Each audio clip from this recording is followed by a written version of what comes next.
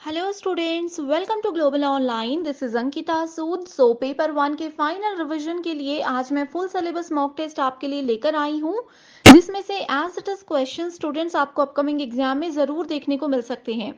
ये सवाल आपके लिए बहुत ज़रूरी हैं, इसीलिए हमेशा की तरह हर एक क्वेश्चन के आंसर के साथ मैं आपको इंपॉर्टेंट एक्सप्लेनेशन भी दूंगी, ताकि अगर अभी तक भी आपके कोई कॉन्सेप्ट क्लियर नहीं है तो वो आसानी से आपके क्लियर होते रहें।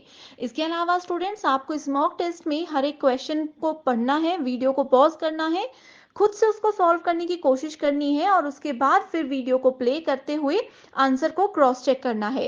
एंड ज़रूर इस सेशन के एंड में अपना जो भी स्कोर हुआ है वो मेरे साथ ज़रूर शेयर करें। इसी के साथ फिर सेशन को शुरू करते हैं। क्वेश्चन है external validity in research refers to what. So देखो, वैलिडिटी का मतलब होता है रिसर्च में एक बहुत इंपॉर्टेंट कैरेक्टरिस्टिक है ये, जो हमें बताती है कि रिसर्च के लिए हम जो भी प्रोसेस या जो भी प्रोसीजर फॉलो कर रहे हैं वो सही है या गलत। अब दो प्रकार होते हैं वैलिडिटी के, एक्सटर्नल और इंटरनल। इनका एक पर्टिकुलर काम होता है। अब देखते हैं ऑप्शंस में क्या कहा है। द रिगर ऑफ स्टडी, यानी कि जो भी हम रिसर्च में स्टडी कर रहे हैं उसको इतनी स्ट्रिक्टली, इतनी कठोरता से किया जाना चाहिए कि वो हमें बेस्ट और जल्दी रिजल्ट्स दे दे। ये बिल्कुल गलत है। द एक्यूरेसी ऑफ प्रोसीजर, अब बच्चे बोलेंगे कि ये सही है क्योंकि मैंने अभी बोला। तो स्टूडेंट्स, ये जो डेफिनेशन है ये सिर्फ वैलिडिटी की बताई गई है, बट क्वेश्चन में एक्सटर्नल वैलिडिटी कहा है, तो इस रिगार्ड में ये ऑप्शन भी गलत होगा। तीसरा है the relation of the research problem with the researchers personal life, कि रिसर्चर की जो निजी जिंदगी है उससे कैसे हम रिसर्च प्रॉब्लम को रिलेट करेंगे, तो इससे वैलिडिटी का कोई लेना देना नहीं है। क्योंकि मैंने आपको बताया वैलिडिटी एक इंपॉर्टेंट कैरेक्टरिस्टिक होता है जो कि रिसर्च को बेहतर बनाने में मदद करता है, तो ये भी गलत है। लास्ट ऑप्शन है the extent of generalizability that the result provide, कि किसी भी जर्नलाइजेबिलिटी को कैसे हम एक्सटेंट, उसके एक्सटेंट तक पहुंचते हैं ताकि हमें रिजल्ट मिल सके। तो ये एक कीवर्ड है कि जब भी जर्नलाइजेबिलिटी यानी कि सामान्यीकरण की बात की जाती है, that means we are talking about external validity. And इसी के साथ एक कीवर्ड है इंटरनल वैलिडिटी के लिए, जो कि है क्रेडिटेबिलिटी। तो यहाँ पर ये दो चीजें मैंने बता दी, एग्जाम के लिए बहुत इंपॉर्टेंट है। स्टूडेंट्स, ऐसे ही आसान तरीके से और कम समय में पेपर वन की तैयारी के लिए 20 डेज क्रैश कोर्स लेकर आई हूं, जो कि 10 दिसंबर से शुरू हो रहा है। इस क्रैश कोर्स में आपको डेली लाइव क्लासेस के साथ पेपर से पहले हम पूरा सिलेबस कवर करवा के देंगे। साथ में आपको ऐसे आसान ट्रिक्स बताएंगे जिससे कि कम समय में आपके कॉन्सेप्ट्स भी क्लियर होंगे एंड एग्जाम में भी सही उत्तर को आप ढूंढ पाओगे। अब देखो स्टूडेंट्स, पढ़ने को तो आप किसी बुक से भी इस समय पे पढ़ सकते हो, आप किसी रैंडम इंटरनेट पे इतना डेटा है वहां से भी पढ़ सकते हो, लेकिन ये लाइव क्लासेस का फायदा आपको ये रहेगा कि आपके सारे डाउट्स को भी डिटेल में डिस्कस किया जाएगा। एग्जाम का क्या लेवल है, कौन सी चीजें इंपॉर्टेंट है, कौन सी नहीं, लेटेस्ट पैटर्न में कैसे सवाल आते हैं, इन सभी चीजों का ध्यान रखते हुए हम आपको पढ़ाते हैं। पूरे सिलेबस के पीडीएफ नोट्स के साथ में आपको मॉक टेस्ट भी दे रहे हैं एंड क्वेश्चन बैंक भी दे रहे हैं, पीडीएफ में जो रहेगा हिंदी और इंग्लिश में। आप इस बैच को ज्वाइन करने के लिए ग्लोबल ऑनलाइन ऐप को डाउनलोड कीजिए, स्टोर सेक्शन पर सर्च बार में यूजीसी नेट पेपर वन लिखिए। इस क्रैश कोर्स को भी ज्वाइन कर सकते हो। साथ में जून 2026 का कोर्स अगर ज्वाइन करना चाहते हो तो इसको भी आप सब ज्वाइन कर सकते हो। यहाँ पर लाइव क्लासेस होंगी। लाइव क्लासेस को बाद में देखना है, रिवीजन के लिए एग्जाम से पहले एक बार फिर देखना है, तो आप कंटेंट पर जाकर के कंप्लीट यूनिट वाइज इस सेक्शन को फॉलो कर सकते हो। आपकी बेहतरीन रिवीजन में ये बहुत ज्यादा हेल्प करेगा। आप चाहो तो इन नंबर्स पर भी व्हाट्सएप पर कॉल या मैसेज कर सकते हो। एंड अगर आप लोग एक दो दिन बाद भी ये वीडियो देख रहे हो, 10 दिसंबर हो चुकी है, बाद में ये क्लास देख रहे हो, तो भी स्टूडेंट्स आप इस बैच को ज्वाइन कर सकते हो। आपका तब भी पूरा सिलेबस हम कवर करवा के देंगे। Next question is which of the following is not the objective of action research? So action research क्या होता है, जहां पर हमें immediately कोई डिसीजन लेना होता है, प्लानिंग का या किसी से परमिशन लेने का समय नहीं होता। लेकिन यहाँ पर नॉट पूछा है तो इस पर ध्यान दीजिएगा।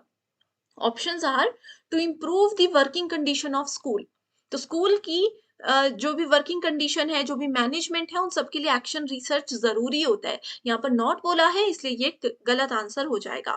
To stimulate the students to raise their standard of learning, students को बताना कि अपने लर्निंग का स्टैंडर्ड बढ़ाओ, स्कूल मैनेजमेंट अपनी तरफ से पूरे एफर्ट्स कर रहा है एंड उनके स्टैंडर्ड को रेज करने के लिए एक्शन लिया जाता है इमीडिएटली। तो ये भी सही है, बट क्योंकि नॉट कहा है तो ये ऑप्शन गलत होगा। To motivate the students to attend the school, अब देखो किसी बच्चे को अगर हमें मोटिवेट करना है तो पहले हमें उसके ऊपर बिहेवियरल स्टडी करनी होगी, उसका बिहेवियर समझना होगा, उसका पास्ट समझना होगा।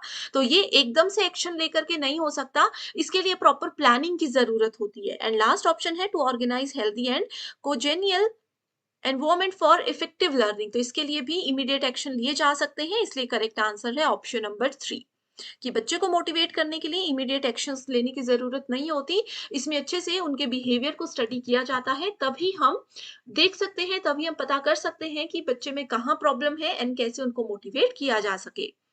Next is what is the aim of educational research, so शैक्षिक अनुसंधान क्या होता है और उसकी क्या जरूरत है। Identifying major problems that need to be solve, कोई बड़ी बड़ी प्रॉब्लम्स होती हैं अगर एजुकेशन में, उनको एकदम से सॉल्व अगर हमें करना हो तो उसके लिए एजुकेशनल रिसर्च होता है, गलत है। Searching for the new facts and principle underline the process of education, ये भी गलत आंसर है। न्यू फैक्ट्स और प्रिंसिपल्स जो है प्रोसेस ऑफ एजुकेशन में, ये प्रॉपर प्लानिंग के साथ होते हैं, ठीक है, इसमें बहुत सारी स्टडी करनी पड़ती है, एजुकेशनल रिसर्च रिस्पॉन्सिबल नहीं है। Identifying the AIIMS of education, बिल्कुल सही, एजुकेशनल रिसर्च का यही मतलब है कि कोई बच्चा क्यों पढ़ रहा है, कैसे पढ़ रहा है, उसके क्या एम्स एंड ऑब्जेक्टिव्स हैं, सो इसीलिए करेक्ट आंसर है यहाँ पर option number 3। So first question है the study of why does stressful living results in heart attack. इस क्वेश्चन में दो टर्म्स दी हैं कि जो भी पर्सन तनावपूर्ण जीवन जीते हैं उनको हार्ट अटैक आने के चांसेस बढ़ जाते हैं। अब कहा है कि ये कौन सी रिसर्च हमें बताता है, options are descriptive, explanatory, correlational या फिर फिजिबिलिटी रिसर्च। अब देखो स्टूडेंट्स, ये दो चीजें एक दूसरे पर डिपेंडेंट है, कि कोई अगर तनावपूर्ण जीवन जी रहा है तो श्योरिटी है कि उनको हार्ट अटैक आने के चांसेस हैं। इस चीज को रिसर्च में कहा जाता है कॉज एंड इफेक्ट, कि एक चीज की वजह से किसी दूसरे चीज पर प्रभाव उसका पड़ सकता है। एंड जब भी हम रिसर्च में कॉज एंड इफेक्ट की बात करते हैं, इसका मतलब है we are talking about explanatory research, यानी कि व्याख्यात्मक शोध। सो इसका करेक्ट आंसर है option number B. Next question is the research stream of immediate application is, तो वो कौन सा रिसर्च होता है जिसमें इमीडिएटली हमें एक्शन लेना पड़ता है।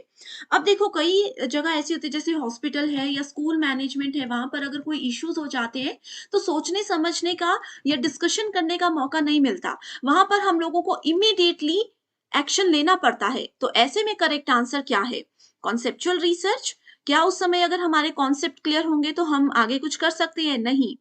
एक्शन रिसर्च, इमीडिएटली हमें वहां पर कुछ ना कुछ निर्णय लेना होता है। फंडामेंटल रिसर्च यानी कि बेसिक रिसर्च जो कि सिर्फ नॉलेज को गेन करने के लिए इस्तेमाल की जाती है, या फिर एम्पेरिकल रिसर्च जो कि केस स्टडी के दौरान सबसे ज्यादा इस्तेमाल की जाती है। तो इस क्वेश्चन में करेक्ट आंसर है option number 2, that is action research. अब आप लोगों ने अप्लाइड रिसर्च का नाम भी सुना होगा। एक्शन रिसर्च जो होता है वो अप्लाइड रिसर्च का ही एक टाइप होता है, एंड इमीडिएटली जब भी हमें कोई डिसीजंस लेने होते हैं तो वहां पर ये दोनों ही रिसर्च को यूज किया जाता है। Is the web portal of स्वयं प्रभा इज मेंटेन्ड बाय, सो स्वयं प्रभा क्या है, ये एक ऑनलाइन प्लेटफॉर्म है, बेस्ट प्लेटफॉर्म है एजुकेशन के लिए। सो इनका एक वेब पोर्टल है जो कि मेंटेन करता है Doordarshan, Google India office, IIT Kharagpur या फिर इनफ्लिबनेट सेंटर। ओके, सो स्वयं प्रभा को मेंटेन किया जाता है इनफ्लिबनेट सेंटर के द्वारा।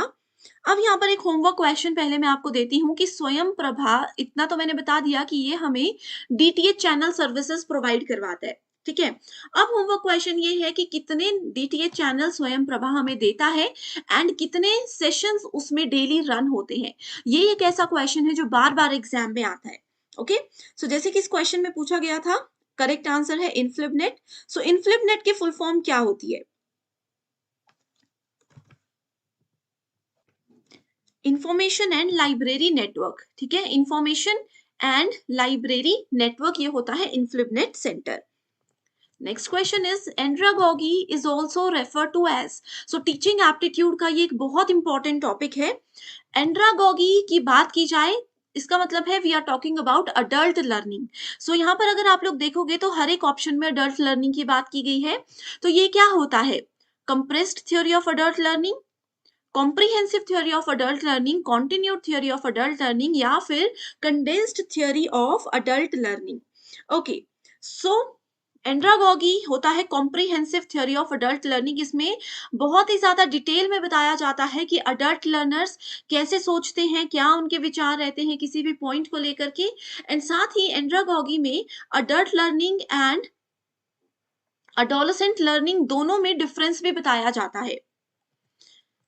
Correct answer is option number 2. Next question is alternative education is also known as, यानी कि वैकल्पिक शिक्षा को और क्या कहा जाता है? Family education, non traditional education, traditional education या फिर नॉन फैमिली एजुकेशन। देखो ऑल्टरनेटिव एजुकेशन, जैसे आप लोगों ने ओपन स्कूल्स के बारे में पढ़ा होगा, डिस्टेंस एजुकेशन के बारे में पढ़ा होगा, ये सब एजुकेशन क्या होती है?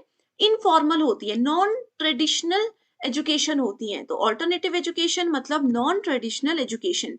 एंड यहाँ पर प्राइमरी एजुकेशन जो होती है वो होती है हमारी स्कूल एंड कॉलेज की एजुकेशन, जहां पर डेली स्टूडेंट्स को कॉलेज या स्कूल जाना होता है, लेक्चर्स अटेंड करने होते हैं। एंड ऑल्टरनेटिव एजुकेशन क्या होती है? जैसे जॉब के साथ साथ बच्चे पढ़ाई करते हैं, जॉब के साथ साथ एक्स्ट्रा कोर्सेज करते हैं, वो सब नॉन ट्रेडिशनल यानी कि ऑल्टरनेटिव एजुकेशन में चीजें आती हैं। अगला क्वेश्चन है during teaching a teacher statements and encourage statements that encourage students to elaborate on an answers, either their own words or that of others will be called. Exact definition दी हुई है, teaching का ही एक method है जिसकी ये definition है।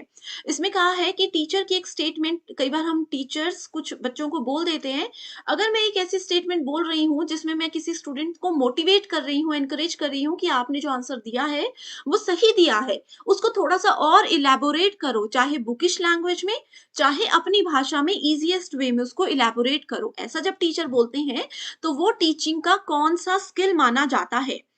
Options are structuring, instructional variety, engagement in the learning process या फिर probing. So correct answer here is option number 4, that is probing. ये एक बेस्ट टीचिंग स्किल मानी जाती है जिसमें एज अ टीचर आपकी ये रिस्पॉन्सिबिलिटी होती है कि आप किसी स्टूडेंट को मोटिवेट करो। एंड यहाँ पर इंस्ट्रक्शनल वेराइटी, बहुत से स्टूडेंट्स ने आंसर जरूर सोचा होगा। इंस्ट्रक्शनल वेराइटी होती है लर्निंग को कैसे हम अलग अलग तरीके से पढ़ा करके इंटरेस्टिंग बना सकते हैं, कि अगर टीचिंग का लर्निंग का एक तरीका काम नहीं कर रहा तो उसको बदल कर हम किसी और तरीके से स्टूडेंट्स का इंटरेस्ट अपने तरफ बढ़ा सकते हैं। Next question is in which method of research the independent variable is manipulated to observe and measure its effects on dependent variable. So research aptitude का ये क्वेश्चन है, वेरिएबल्स में से पूछा गया है। जो इंडिपेंडेंट वेरिएबल होते हैं उनको अगर मैनिपुलेट किया जाए, उनमें अगर कुछ चेंजेस लाए जाएं एंड उनको चेंज होने के बाद उसका जो इफेक्ट है वो डिपेंडेंट वेरिएबल पर अगर हमें नजर आ जाए तो इस रिसर्च को क्या कहा जाता है? Options are ex post facto, experimental, case study या हिस्टोरिकल। अब देखो हिस्ट्री में तो जो चीजें हो चुकी हैं वो हो चुकी हैं, इससे किसी भी चीज पर कोई इफेक्ट नहीं पड़ सकता, आप जितनी मर्जी रिसर्च कर लो। अगर हम लोग यहाँ पर एक्सपेरिमेंटल रिसर्च को मानकर चले तो साइंस लैब में अगर कोई एक्सपेरिमेंट करता है, एक केमिकल को दूसरे केमिकल से मिला देता है, तो पहले वाले केमिकल में भी तो कोई ना कोई चेंजेस होंगे ना। यानी कि इंडिपेंडेंट वेरिएबल में चेंजेस करने से डिपेंडेंट वेरिएबल में भी बदलाव, उसके इफेक्ट देखे जा सकते हैं। ये होता है एक्सपेरिमेंटल मेथड। कहीं पर भी किसी के भी चेंजेबल फिनोमिना की अगर बात की जा रही हो तो आप लोगों ने एक्सपेरिमेंटल मेथड को ही सिलेक्ट करना है। Okay, next question is a students T test is typically used in, देखो टी टेस्ट यूज होता है, एक हमारे पास जी टेस्ट होता है रिसर्च में, टीचिंग में सॉरी, ठीक है। सो टी टेस्ट यूज किया जाता है in comparing two groups to see if their means differ. ठीक है, दो अलग अलग ग्रुप्स हैं स्टूडेंट्स के, दोनों को हमने सेम टास्क करने के लिए दे दिया। अब हमें देखना है कि टी टेस्ट हमें ये बताता है कि दोनों ही ग्रुप्स की क्या परफॉर्मेंस रही, सेम टाइम दिया गया था, सेम टास्क उनको दिया गया था। नेक्स्ट क्वेश्चन इज बहुत इंपॉर्टेंट है, टाइप्स ऑफ इवैल्यूएशन है formative, summative, criterion reference and norm reference. Direct definitions दी गई हैं। परसेंटाइल रैंक, देखो अगर आपने थ्योरी सेशंस मेरे देखे हैं तो आपको पता होगा कि परसेंटाइल रैंक कहाँ पर दिए जाते थे? फाइनल एग्जाम्स में परसेंटाइल रैंक दिए जाते हैं, एंड फाइनल एग्जाम्स मतलब समेटिव इवैल्यूएशन। सो बी को हम ए से मैच कर लेंगे, बी को फर्स्ट से मैच करके देखो आंसर तो आपको यहीं से मिल गया, ठीक है। फॉर्मेटिव इवैल्यूएशन होता है जो क्लास के दौरान टीचर और स्टूडेंट्स के बीच में डिस्कशंस होती हैं। ओके, सो यहाँ पर आप लोग, इसमें आंसर में थोड़ी सी गड़बड़ है, करेक्ट आंसर ऑप्शन नंबर 3 ही होगा। Formative evaluation, standards indicative of mastery. Summative evaluation, percentile rank and standard scores are used for reporting. Criterion reference में क्राइटेरिया सेलेक्ट कर दिया जाता है, जैसे मैंने मान लिया कि जिन स्टूडेंट्स के 60% से ज्यादा मार्क्स होंगे सिर्फ मैं उन्हीं को पास करूंगी, तो ये क्राइटेरिया जहां पर सेट कर दिया जाता है, इट्स इंटेंशन टू जज लर्निंग स्टैंडर्ड्स, ठीक है। एंड नॉर्म रेफरेंस क्या करता है, एक स्टूडेंट के परफॉर्मेंस को दूसरे स्टूडेंट्स के परफॉर्मेंस के साथ कंपेयर किया जाता है। The intention of using it is to identify scope and potential for improvement. Next question is also very important. The phrase TL modeling of teaching implies that TL, अब देखो teaching learning बहुत easy है। Teaching learning model जो होता है वो क्या बताता है, वो हमें सिर्फ यही बताता है कि teaching and learning are integrally related acts, ठीक है। अब ये कैसे पॉसिबल है, अगर एक टीचर अच्छा पढ़ा रहा है तो दिखती सी बात है कि स्टूडेंट्स का स्कोर अच्छा रहेगा, स्टूडेंट्स का रिजल्ट भी अच्छा आएगा, तो इसीलिए ये दोनों चीजें इंटीग्रली एक दूसरे से रिलेटेड होती हैं। Next is teaching differs from training and conditioning in so far as it promotes. Teaching और ट्रेनिंग मैंने डिफरेंस आपको बताए हैं कि दोनों चीजें एक दूसरे से अलग होती है। किस बेसिस पे, discipline drill, critical thinking, study association या फिर मास्टरी ऑफ फैक्ट्स, ठीक है। सो ये क्रिटिकल थिंकिंग के लेवल पर चीजें एक दूसरे से बिल्कुल हमेशा अलग रहती है। टीचिंग में एक टीचर आकर के स्टूडेंट्स को नॉलेज देते हैं, उनके साथ अपना नॉलेज शेयर करते हैं, उनको कुछ नया सिखाते हैं। ट्रेनिंग एक शॉर्ट पीरियड के लिए चलता है, 1 ईयर या फिर कुछ मंथ्स के लिए। एंड कंडीशनिंग क्या होता है, जो ऑलरेडी इनबिल्ट या फिर ऑलरेडी चीजें किसी स्टूडेंट के पास हैं, उनको जो नॉलेज है उस चीज को एक बेटर वे में लेकर जाना। सो क्रिटिकल थिंकिंग ही इन चीजों को आपस में अलग करती है। Next question is a proposal that may provisionally serve as a starting point for further research is known as, ठीक है। सो इसको कहा जाता है हाइपोथेसिस, थ्योरी, मॉडल या फिर प्रिंसिपल। रिसर्च को स्टार्ट करने के लिए एक इनिशियल लेवल पर इसको यूज किया जाता है, ये होता है hypothesis. Hypothesis steps of research में एक बहुत इंपॉर्टेंट रोल प्ले करता है। अब देखो, सबसे पहला रिसर्च में होता है आप लोगों को प्रॉब्लम के बारे में पता होना चाहिए जिसका सॉल्यूशन आप लोग ढूंढना चाहते हो। उसके बाद क्या हो जाता है, आप लोगों को हाइपोथेसिस भी जनरेट करना पड़ता है, परिकल्पना करनी पड़ती है कि अब इसका सॉल्यूशन लेने के लिए ये ट्रिक ट्राई करें, ये करें या फिर ये करें। तो एक हाइपोथेसिस एक ऐसा स्टेप होता है जहां से हमें आगे का रास्ता क्लियरली मिल जाता है। Next is arrange the following steps in the process of hypothesis testing in proper sequence. So hypothesis testing के भी कुछ steps होते हैं। वैसे तो देखो मैंने आपको बताया है कि steps of research होते हैं, उसी का एक पार्ट होता है hypothesis। अब hypothesis करने का भी कुछ rules होते हैं, कुछ steps होते हैं जो इस पेपर में पूछे गए हैं। ये सब प्रीवियस ईयर क्वेश्चंस हैं। ओके, सो हाइपोथेसिस के लिए सबसे पहले हमें सेटअप करना होता है नल या ऑल्टरनेटिव हाइपोथेसिस को। अगर इस चीज को हमने सेटअप कर लिया तो आगे की चीजें इजी हो जाती हैं। यहां से देखेंगे तो ये दो ऑप्शंस हमारे गलत हैं। उसके बाद select the level of significance, महत्व का स्तर हमें देखना है कि किस लेवल पर कितना इंपॉर्टेंस हमें किसी चीज को देना है। अगला है फिर हमारे पास सी या ई, दो ऑप्शंस है, ठीक है। तो सी बोलता है एस्टैब्लिश द डिसीजन रूल, निर्णय नियम को स्थापित करना कि ये हमारा डिसीजन रूल है, हमें इतने के बीच में ही काम करना है। या फिर अगला है सिलेक्ट टेस्ट स्टैटिस्टिक्स। तो करेक्ट आंसर होगा यहाँ पर कि हम सिग्निफिकेंस के लेवल को सेलेक्ट करने के बाद टेस्ट के स्टैटिस्टिक को सेलेक्ट करते हैं। अब हाइपोथेसिस सेलेक्ट करने के बाद हमें उसकी टेस्टिंग भी करनी जरूरी होती है, तभी उसको फाइनलाइज किया जा सकता है कि क्या जो हाइपोथेसिस हम सही मान रहे हैं वो एक्चुअल में सही है या नहीं है। ये टेस्टिंग बहुत ज्यादा जरूरी होती है। ओके, सो इसलिए करेक्ट आंसर क्या है, option number 4।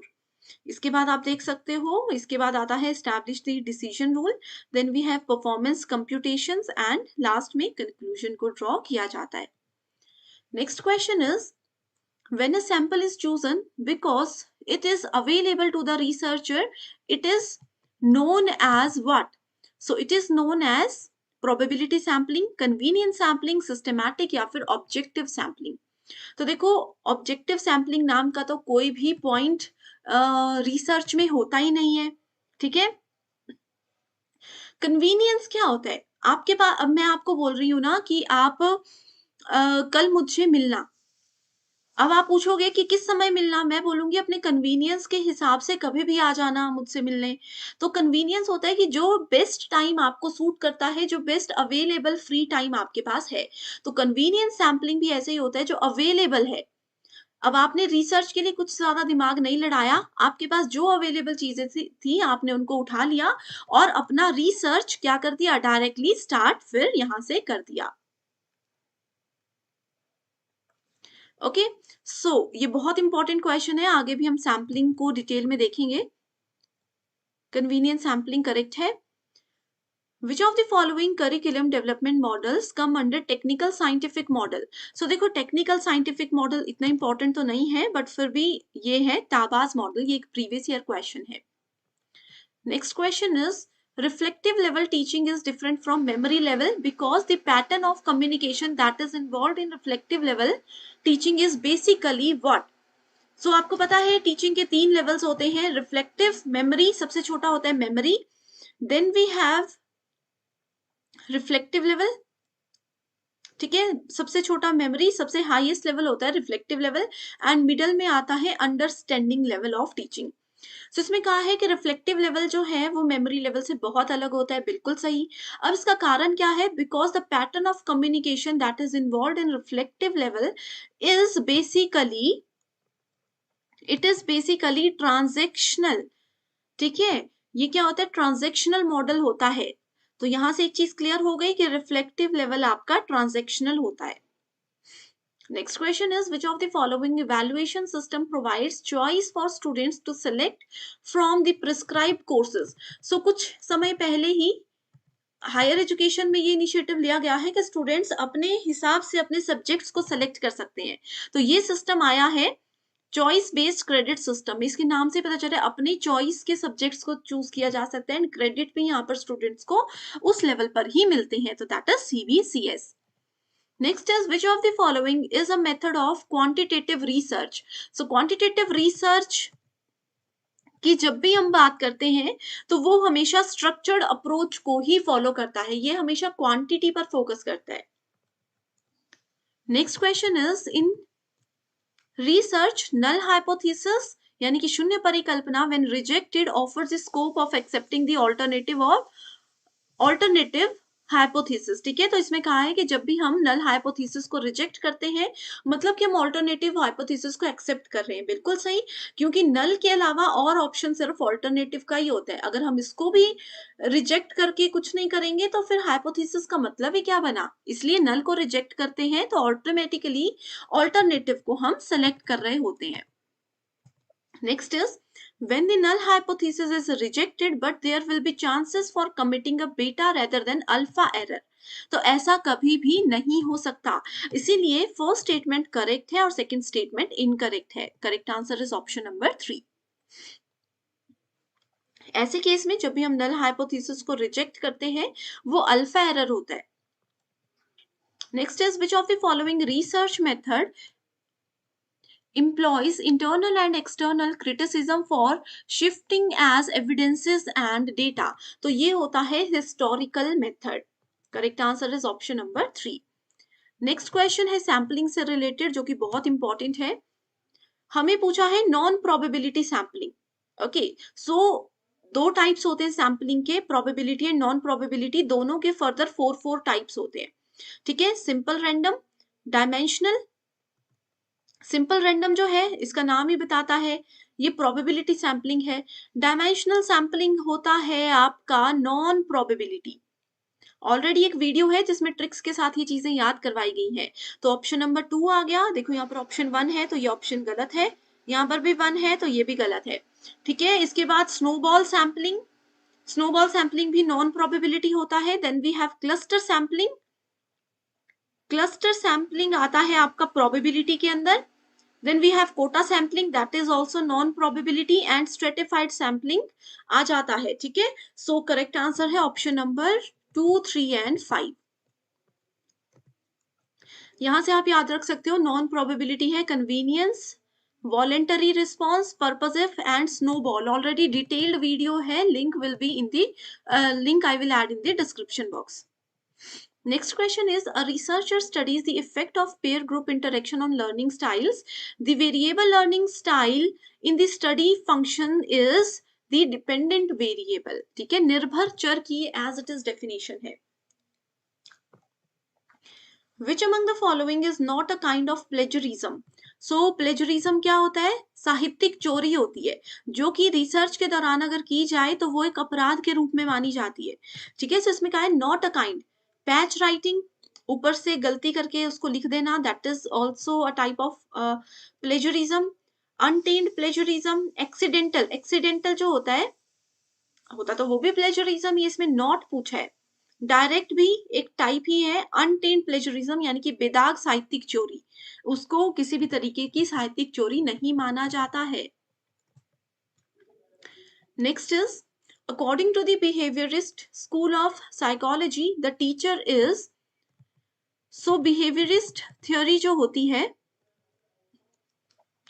Behaviourist school of psychology है, उसके हिसाब से वो बोलते हैं कि टीचर एक ऐसा पर्सन होता है जो कि स्टूडेंट्स के लेवल के हिसाब से, उनके इंटरेस्ट और उनके माइंडसेट के हिसाब से क्लासरूम के एनवायरनमेंट को क्रिएट करता है। यानी कि अगर छोटे बच्चे हैं तो पोएम्स के थ्रू, गानों के थ्रू, गेम्स के थ्रू उनको सिखाएंगे। बड़े बच्चे हैं तो उनको उस लेवल पर सिखाएंगे कि उनका प्रीवियस नॉलेज कितना है। तो इस हिसाब से यहाँ पर देखते हैं करेक्ट आंसर क्या है। Classroom facilitator, no. Store house of knowledge, ऐसा नहीं कि ज्ञान का भंडार है बस पटक दो बच्चों पर, ये भी गलत है। A leader in the classroom, teacher एक लीडर कभी भी नहीं होता है क्लासरूम में। ठीक है, लास्ट है creator of favourable learning conditions, एक ऐसा एनवायरनमेंट क्रिएट करना जहां पर बच्चे इंटरेस्ट के साथ चीजों को समझ भी सके और उनको पढ़ भी सके। Correct answer is option number 4। Next question है, application, analysis and synthesis are example of. So आपके पास जो नॉलेज है, आपने उस नॉलेज को अप्लाई भी किया, उसका विश्लेषण भी किया और फिर उसको सिंथेसिस यानी कि उसका संश्लेषण भी किया। तो ये किसका एग्जाम्पल होता है? हाईएस्ट लेवल अगर आप अपने थिंकिंग एबिलिटीज को लेकर जाते हो तो ही आप उस नॉलेज को अप्लाई कर सकते हो। देखो ये कहाँ से क्वेश्चन आया, लेवल्स ऑफ टीचिंग में से आया। मेमोरी लेवल में जो आप सीखते हो, क्या उस चीज को कहीं अप्लाई कर सकते हो? नहीं कर सकते। अंडरस्टैंडिंग लेवल में आप उसको थोड़ा सा डीपली समझते हो, लेकिन फिर भी आप नहीं समझते कि कैसे उसको अप्लाई करना है एंड कैसे उस चीज को एनालाइज करना है। सो यहाँ पर उसके बाद आता है आपके पास highest level, that is understanding level and reflective level. ठीक है, तो ये हाईएस्ट ऑर्डर थिंकिंग स्किल्स हमें बताता है जहां पर हम अपने नॉलेज को रियल लाइफ सिचुएशंस में अप्लाई कर सकते हैं और एनालाइज कर सकते हैं कि कहाँ कमी रही थी, कहाँ हमसे गलती हुई थी और कैसे उससे बाहर निकला जा सकता है। पेपर 1 के साथ साथ पेपर 2 प्रिपरेशन के लिए भी स्टडी मटेरियल लेकर आए हैं, जहां पर स्टूडेंट्स आपको full syllabus notes and MCQs मिल जाएंगे पीडीएफ के फॉर्मेट में। ये ना सिर्फ आपको नेट और सेट एग्जामिनेशन क्वालिफाई करने में मदद करेगा, बल्कि इसके बाद में होने वाले इंटरव्यूज को क्वालिफाई करने में भी हेल्प करता है। तो जो भी सब्जेक्ट्स अवेलेबल है, सबके नाम आपके सामने रखे हुए हैं। आप सभी नंबर्स पर कॉन्टैक्ट करके चाहे तो इस स्टडी मटेरियल का सैम्पल पीडीएफ भी पहले देख सकते हो। एक ही बार आपको फीस पे करनी है और ये स्टडी मटेरियल देखना आपको बहुत सारे एग्जामिनेशंस में मदद करेगा। Takshila is an important archaeological site and UNESCO declared it to a World Heritage Site in the year what? So Takshila ancient Indian university है जो कि बुद्धिस्ट एजुकेशन के लिए बहुत ही ज्यादा फेमस थी। इस यूनिवर्सिटी को अब एज एन यूनिवर्सिटी तो कंसिडर नहीं किया जाता, ये यूनेस्को के द्वारा वर्ल्ड हेरिटेज साइट कंसिडर कर दी गई है। कौन से ईयर में ये डिक्लेरेशन हुआ था, इस एग्जाम में इस क्वेश्चन में पूछा गया है। अब देखो स्टूडेंट्स, ऑप्शंस है 1980, 90, 92 और 78। सो इसका करेक्ट आंसर बताने से पहले आपको ये भी बता देती हूँ कि तक्षशिला के साथ साथ नालंदा यूनिवर्सिटी को भी यूनेस्को ने वर्ल्ड हेरिटेज साइट बना दिया था। एंड ये question as it is exam में आएगा। इसको 2009 में डिक्लेयर किया गया था एंड तक्षशिला को 1980 में वर्ल्ड हेरिटेज साइट डिक्लेयर कर दिया गया था। Next question is, which of the following universities through all university examinations open to girl in 1883? So देखो गर्ल्स के लिए कौन सी यूनिवर्सिटी ने सारे एग्जामिनेशंस जो है वो खोल दिए थे, यानी कि गर्ल्स को किसी भी तरीके के कॉलेज में एंट्री लेने के लिए एंट्रेंस एग्जामिनेशन नहीं देना पड़ता था। 1883 में ये कौन सी यूनिवर्सिटी ने शुरुआत की थी? ये इलाहाबाद थी, बॉम्बे यूनिवर्सिटी, दिल्ली यूनिवर्सिटी या फिर यूनिवर्सिटी ऑफ मद्रास। सो इस क्वेश्चन का करेक्ट आंसर है यूनिवर्सिटी ऑफ मद्रास।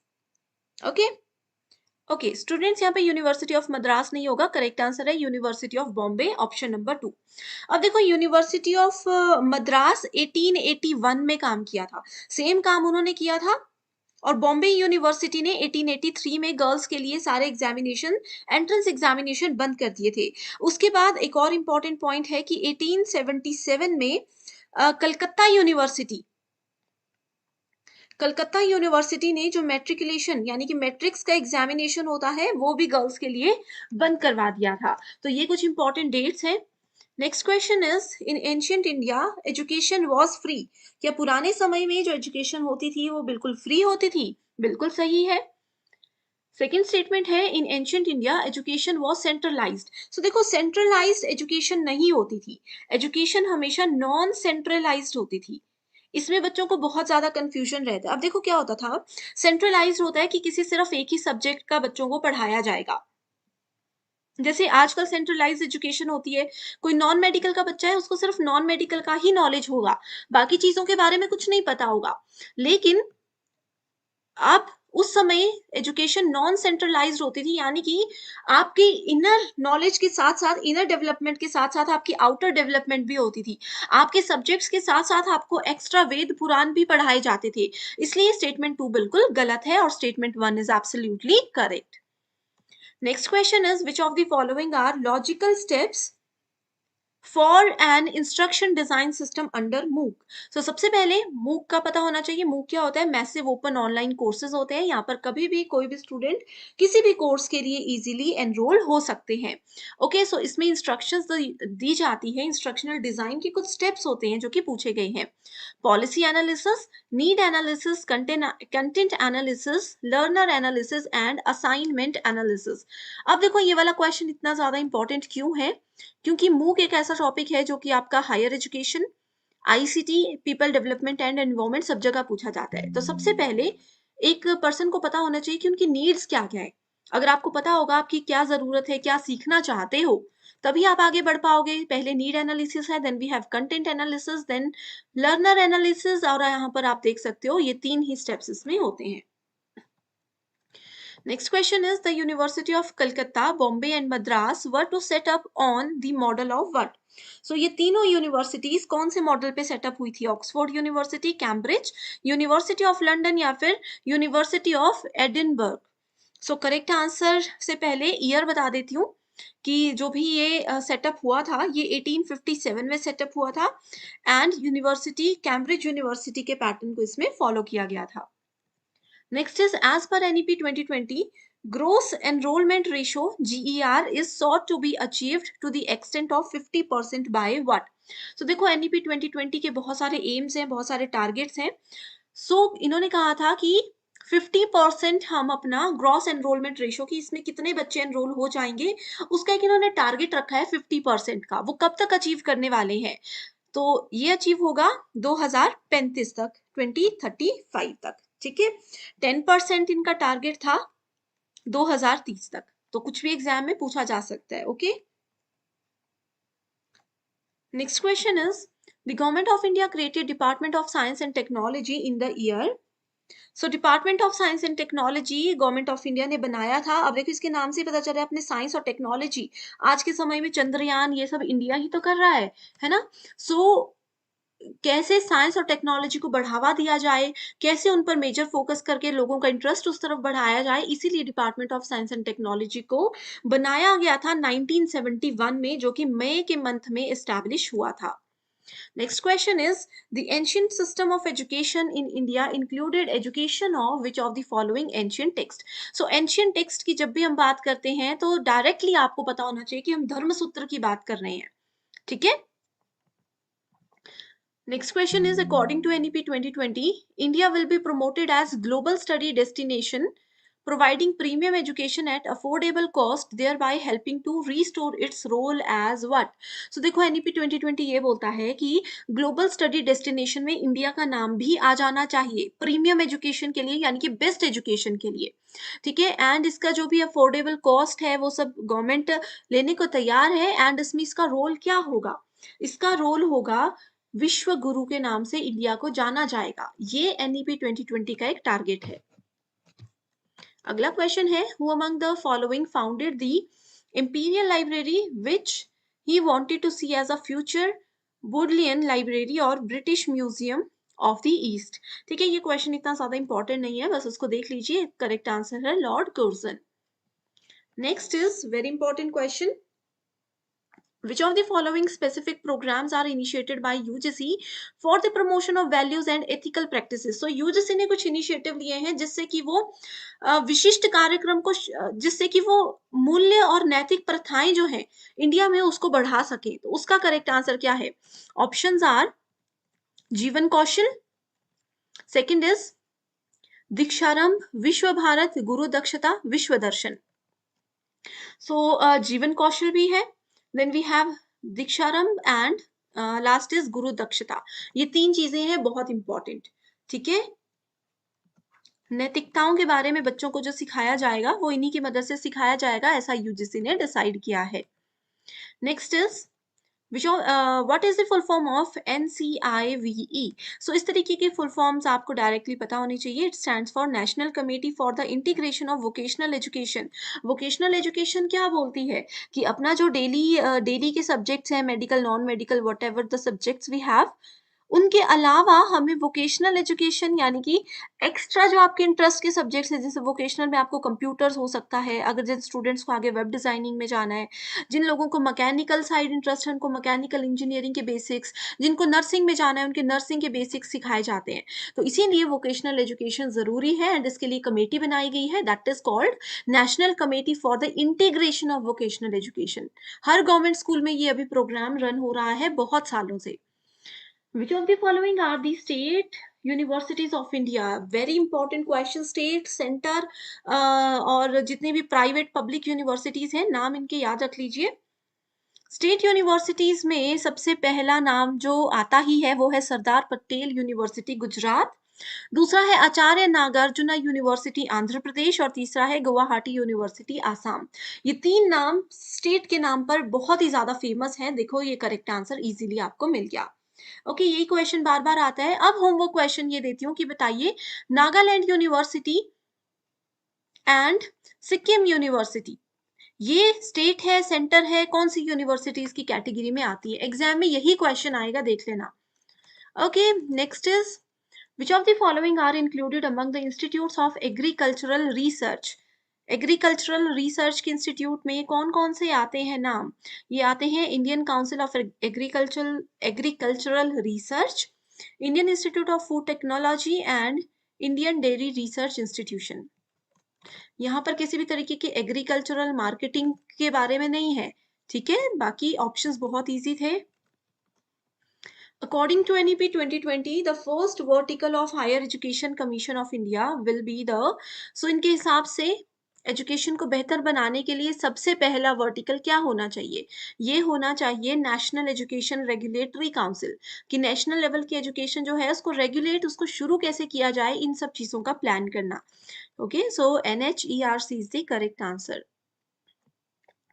दूसरी शिफ्ट में ये क्वेश्चन ऐसे पूछा गया था कि नेशनल एजुकेशन रेगुलेटरी काउंसिल जो है ये किस कमीशन के द्वारा एनईपी के अंडर डिक्लेयर की गई थी? तो आपका आंसर होना चाहिए हायर एजुकेशन कमीशन के अंदर, ठीक है। Next is Zhuangzhang visited India and became student of Takshila University. तो क्या ये सही है? बिल्कुल ठीक है, ये बिल्कुल गलत है क्योंकि ज़ुआंगज़ांग तक्षशिला यूनिवर्सिटी के स्टूडेंट नहीं थे। Xuanzang visited India and became student of Yoga Shastra. ये ऑप्शन बिल्कुल सही है। वो तक्षशिला में नहीं पढ़े थे, वो योग शास्त्र के स्टूडेंट थे। ठीक है, so correct answer is option number 4। NITI Aayog, very interesting and very important topic. So NITI Aayog is neither a constitutional nor statutory body. बिल्कुल सही है, ना ये कॉन्स्टिट्यूशनल है ना स्टैट्यूटरी बॉडी है। ये कौन सी बॉडी है? ये प्लानिंग कमीशन। देखो पहले हमारे पास एक प्लानिंग कमीशन होता था। बताइए कौन से ईयर में प्लानिंग कमीशन को बंद कर दिया गया, खत्म कर दिया गया? प्लानिंग कमीशन होता था, उसको बंद कर दिया गया और उसी साल कुछ ही समय में नीति आयोग को चालू कर दिया गया। तो नीति आयोग भी प्लान करता है, लेकिन ना ये स्टैट्यूटरी बॉडी है ना ही कॉन्स्टिट्यूशनल है। ओके, अगला स्टेटमेंट है नीति Aayog is a policy think tank of government of India. तो ये थिंक टैंक है, ये हेल्प करता है सिर्फ सोचने में, डिसीजन लेने में, आगे उस पर कैसे काम करना है ये उनकी रिस्पॉन्सिबिलिटी नहीं होती। So correct answer is option number 1, both the statements are true. Next is IGNOU hosts secretariats of the SAARC consortium on open and distance learning, जिसको सैकोडिल कहा जाता है, and the global mega university network initially supported by. So ये दो initiative की बात की गई है, SACODiL and global mega university network. इन दोनों को सपोर्ट किसने किया था? इन दोनों को यूनेस्को ने सपोर्ट किया था एंड होस्ट किया था इग्नू ने। तो ये क्वेश्चन भी एज इट इज गोल गोल करके पूछा गया है 2 से 3 बार। Next is what is the full form of Samanvay? ठीक है, तो ये बहुत इंपॉर्टेंट क्वेश्चन है। इसकी फुल फॉर्म है skill assessment matrix for vocational advancement of youth. So देखो स्टूडेंट्स, यहाँ पर एक चीज मैं आपको क्लियर कर देती हूँ कि वोकेशनल एजुकेशन से रिलेटेड जितने भी इनिशिएटिव्स हैं या जितने भी ऐसे छोटे छोटे प्रोग्राम्स हैं, वो कब बनाए गए, उनकी फुल फॉर्म्स और कौन उनके लिए रिस्पॉन्सिबल है, मिनिस्ट्री कौन सी उनके लिए रिस्पॉन्सिबल है, ये जरूर पढ़कर जाना। अगर ये चीजें अभी तक नहीं पढ़ी हैं, इस पे सेपरेट वीडियो चाहिए तो कमेंट करके मुझे बता दीजिए। नेक्स्ट क्वेश्चन है technical education in is that which emphasizes on learning on teaching, learning on techniques as technical procedures and necessary skills, and aims at preparing technicians usually above the secondary level. There is no distinction between vocational education, industrial and technical education. So यहाँ पर देखो ये है statement 1 लिखा हुआ। ठीक है, statement 1 बिल्कुल ट्रू है और स्टेटमेंट गलत है। ठीक है, इसमें कहा है कि नो डिस्टिंक्शन बिटवीन, यहाँ पे नो नहीं होगा, डिस्टिंक्शन होती है वोकेशनल, इंडस्ट्रियल और टेक्निकल एजुकेशन के बीच में। ओके, अंतर होता है, तीनों बिल्कुल डिफरेंट डोमेन पे काम करती हैं, तीनों का बिल्कुल डिफरेंट रोल्स होते हैं। सो correct answer is option number 3। सो इस क्वेश्चन में पूछा गया है which of the following statements best describe brainstorming method of teaching. So brainstorming teaching का मेथड एक बहुत ही ज्यादा इंटरेस्टिंग वे होता है, जिसमें किसी भी स्टूडेंट के क्रिएटिविटी लेवल को हम चेक करते हैं एंड उसको बढ़ाया जाता है। इसमें बहुत सारे पार्टिसिपेंट्स तो नहीं होते, लेकिन 6 से 10 स्टूडेंट्स एक बार में पार्टिसिपेट कर सकते हैं। उनको कोई भी एक टॉपिक दे दिया जाता है, रैंडम टॉपिक हो सकता है, जनरल टॉपिक हो सकता है, जिसको लेकर के वो नए आइडियाज को जनरेट करते हैं। सो ऑप्शंस गिवन है, production of large number of ideas, के इसमें जितने पार्टिसिपेंट्स होते हैं वो बहुत सारे आइडियाज, बहुत सारे विचार एक दूसरे के साथ शेयर करते हैं। सेकंड है small step presentation with feedback provided, यानी कि इसमें छोटे छोटे स्टेप्स के साथ साथ फीडबैक भी दिया जाता है हर स्टेप के बाद। Content delivery in liquid language, स्पष्ट भाषा में किसी भी चीज को प्रेजेंट किया जाता है। Theme based interaction among the participant, की जितने भी, जैसे मैंने आपको बताया 5-6 लोग होते हैं, उनका एक ग्रुप होता है, उनको कोई थीम दे दी जाती है, उसी के ऊपर डिस्कशन होता है। तो ये चीज बिल्कुल भी नहीं है। मैंने आपको अभी क्लियरली बताया था कि जनरल टॉपिक या कोई भी बेसिक टॉपिक स्टूडेंट्स को दिया जाता है जिसपे डिस्कशन होती है। एंड डिस्कशन इसलिए होती है किसी टॉपिक से रिलेटेड बहुत सारे आइडियाज, क्योंकि ब्रेनस्टॉर्मिंग मेथड जनरेट करने में हमें हेल्प करता है। सो करेक्ट आंसर है option number 1। Next question is the channel of स्वयं प्रभा आर अपलिंक्ड फ्रॉम बायसैग। ओके, सो यहाँ पर कहा है कि स्वयं प्रभा के जितने भी 40 DTH चैनल है लेटेस्ट डेटा के हिसाब से, वो बायसैग के द्वारा अपलिंक किया जाता है, वही इसको हैंडल करते हैं। तो बायसैग कहाँ पर सिचुएटेड है? औरंगाबाद, हैदराबाद, गांधीनगर या बेंगलोर। तो ये बेसिक स्टेटमेंट है, पहली लाइन होती है स्वयं प्रभा की कि 22 है गांधीनगर के द्वारा मैनेज और हैंडल किया जाता है। एंड पहले आपने देखा होगा इसमें 32 डीटीए चैनल्स थे, फिर इसको बढ़ा करके 34 किया गया और 2023 में ये 40 डीटीए चैनल्स को हैंडल करता है।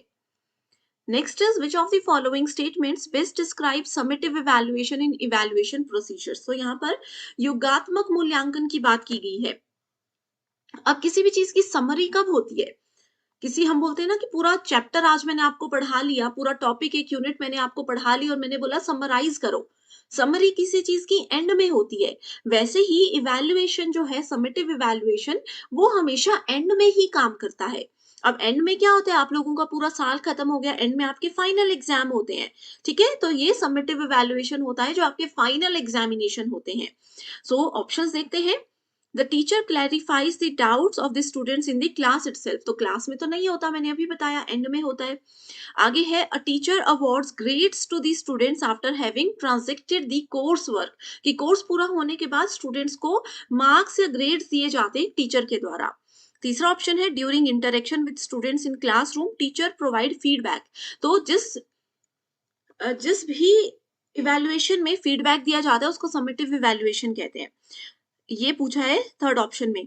The learners motivation is raised bye teacher through question answer session during feedback. तो फीडबैक के दौरान टीचर जो है स्टूडेंट्स को मोटिवेट करते हैं, ये समेटिव इवैल्यूएशन कहता है। तो देखो इसमें करेक्ट आंसर क्या होगा, ऑप्शन नंबर 2, क्योंकि मैंने आपको बताया समेटिव से याद रखो समरी, समरी होती है बिल्कुल लास्ट में, जैसे कि फाइनल एग्जाम बिल्कुल लास्ट में होते हैं। एंड फाइनल एग्जाम से आप लोगों को ग्रेड्स दिए जाते हैं, परसेंटेज या मार्क्स बताए जाते हैं, तो ये होता है समेटिव इवैल्यूएशन। ओके जो फर्स्ट ऑप्शन है ये है फॉर्मेटिव इवैल्यूएशन का। फॉर्मेटिव इवैल्यूएशन हमेशा कक्षा के दौरान करवाया जाता है। Next is when the consistency of data collected is measured at different points of time it is identified as। ये रिसर्च एप्टीट्यूड का क्वेश्चन है। इसमें कहा है कि एक रिसर्च है, हमें उस रिसर्च का एक टेस्ट लेना है। आज मान लीजिए मैंने मॉर्निंग में उसका टेस्ट ले लिया, लेकिन उसकी कंसिस्टेंसी चेक करने के लिए मैंने 2 दिन के बाद इवनिंग के टाइम पर उसका टेस्ट फिर ले लिया। सेम टेस्ट 2 दिन बाद इवनिंग में कर दिया, फिर 2 दिन बाद नाइट में, रात के समय मैंने सेम टेस्ट लिया। हमने क्या किया, किसी भी डेटा की कंसिस्टेंसी को चेक करने के लिए अलग अलग टाइम में, अलग अलग दिन में उसको हमने टेस्ट किया। तो इस टेस्ट का नाम होता है इंटररेटर टेस्ट, रीटेस्ट, स्प्लिट हाफ या फिर इंटरनल रिलायबिलिटी। तो ये होती है टेस्ट रीटेस्ट। आपको पता है एक ही टेस्ट को बार बार कंडक्ट कराया गया, ठीक है। सो टेस्ट रीटेस्ट। स्प्लिट हाफ में होता है एक टेस्ट को 2 हिस्सों में बांटा जाता है और अलग अलग डोमेन में काम करवाया जाता है। ऑलरेडी इन सब पे डिटेल्ड वीडियो है, अगर आपने नहीं देखी है, ये कॉन्सेप्ट्स क्लियर नहीं है, तो मैं आपको लिंक डिस्क्रिप्शन बॉक्स में ऐड कर दूंगी, उस वीडियो को जरूर देख लीजिए। होमवर्क क्वेश्चन है जिसका आंसर मुझे कमेंट करके बताइएगा। बहुत इजी है। Facts and information get focused in which level of teaching.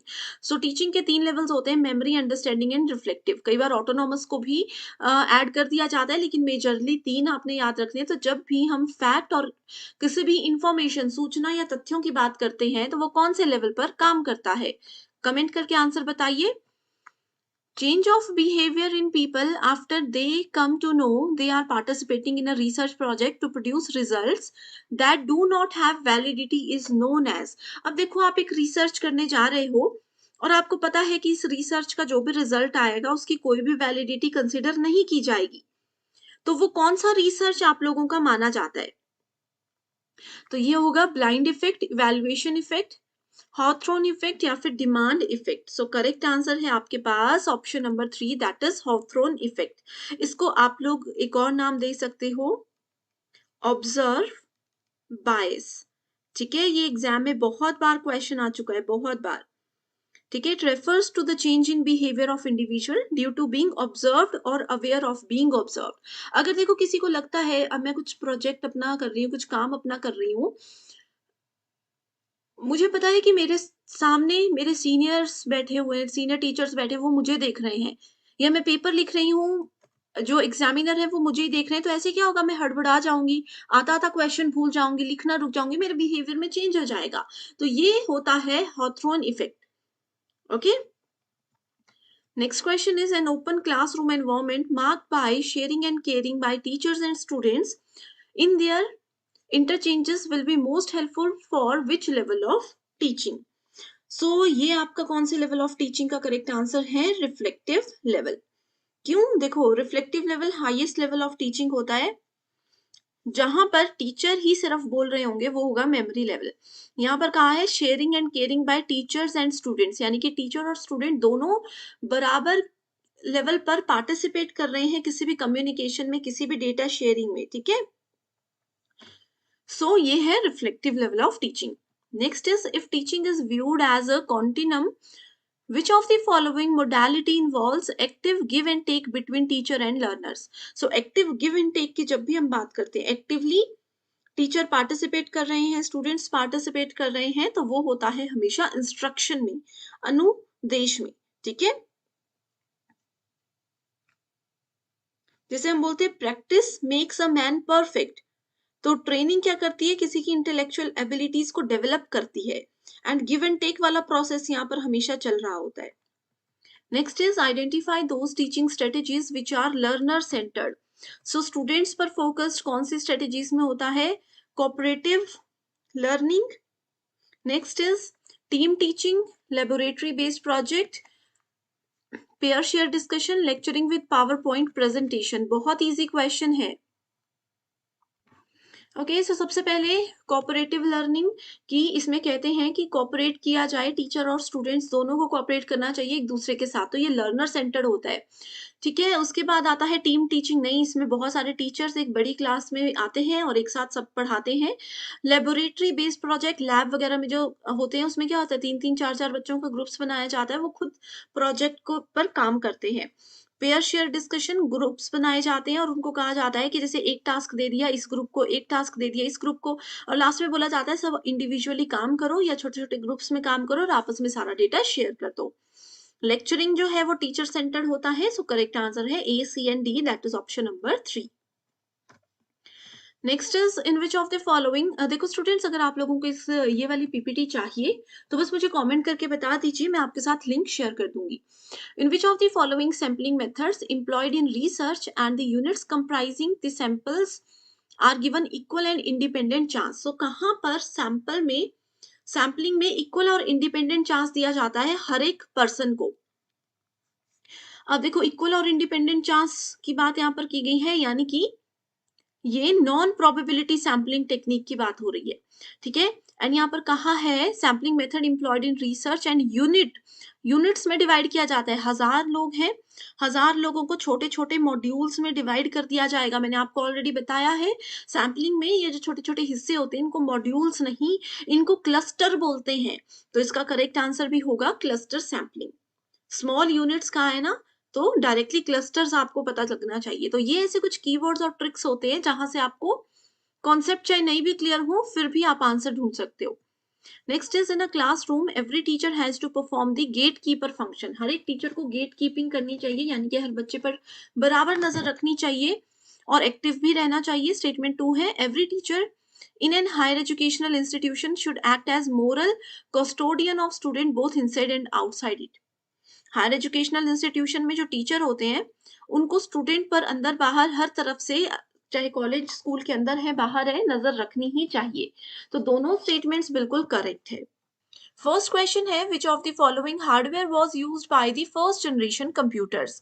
So computer में टोटल 5 जनरेशन है, फ्रॉम 1 to 5, एंड हर एक जनरेशन में एक अलग हार्डवेयर, एक अलग सिस्टम यूज किया जाता है जो कि उसकी फंक्शनैलिटीज को, उसकी प्रोसेसिंग स्पीड को इंक्रीज करने में और उसके साइज को कम करने में मदद करता है।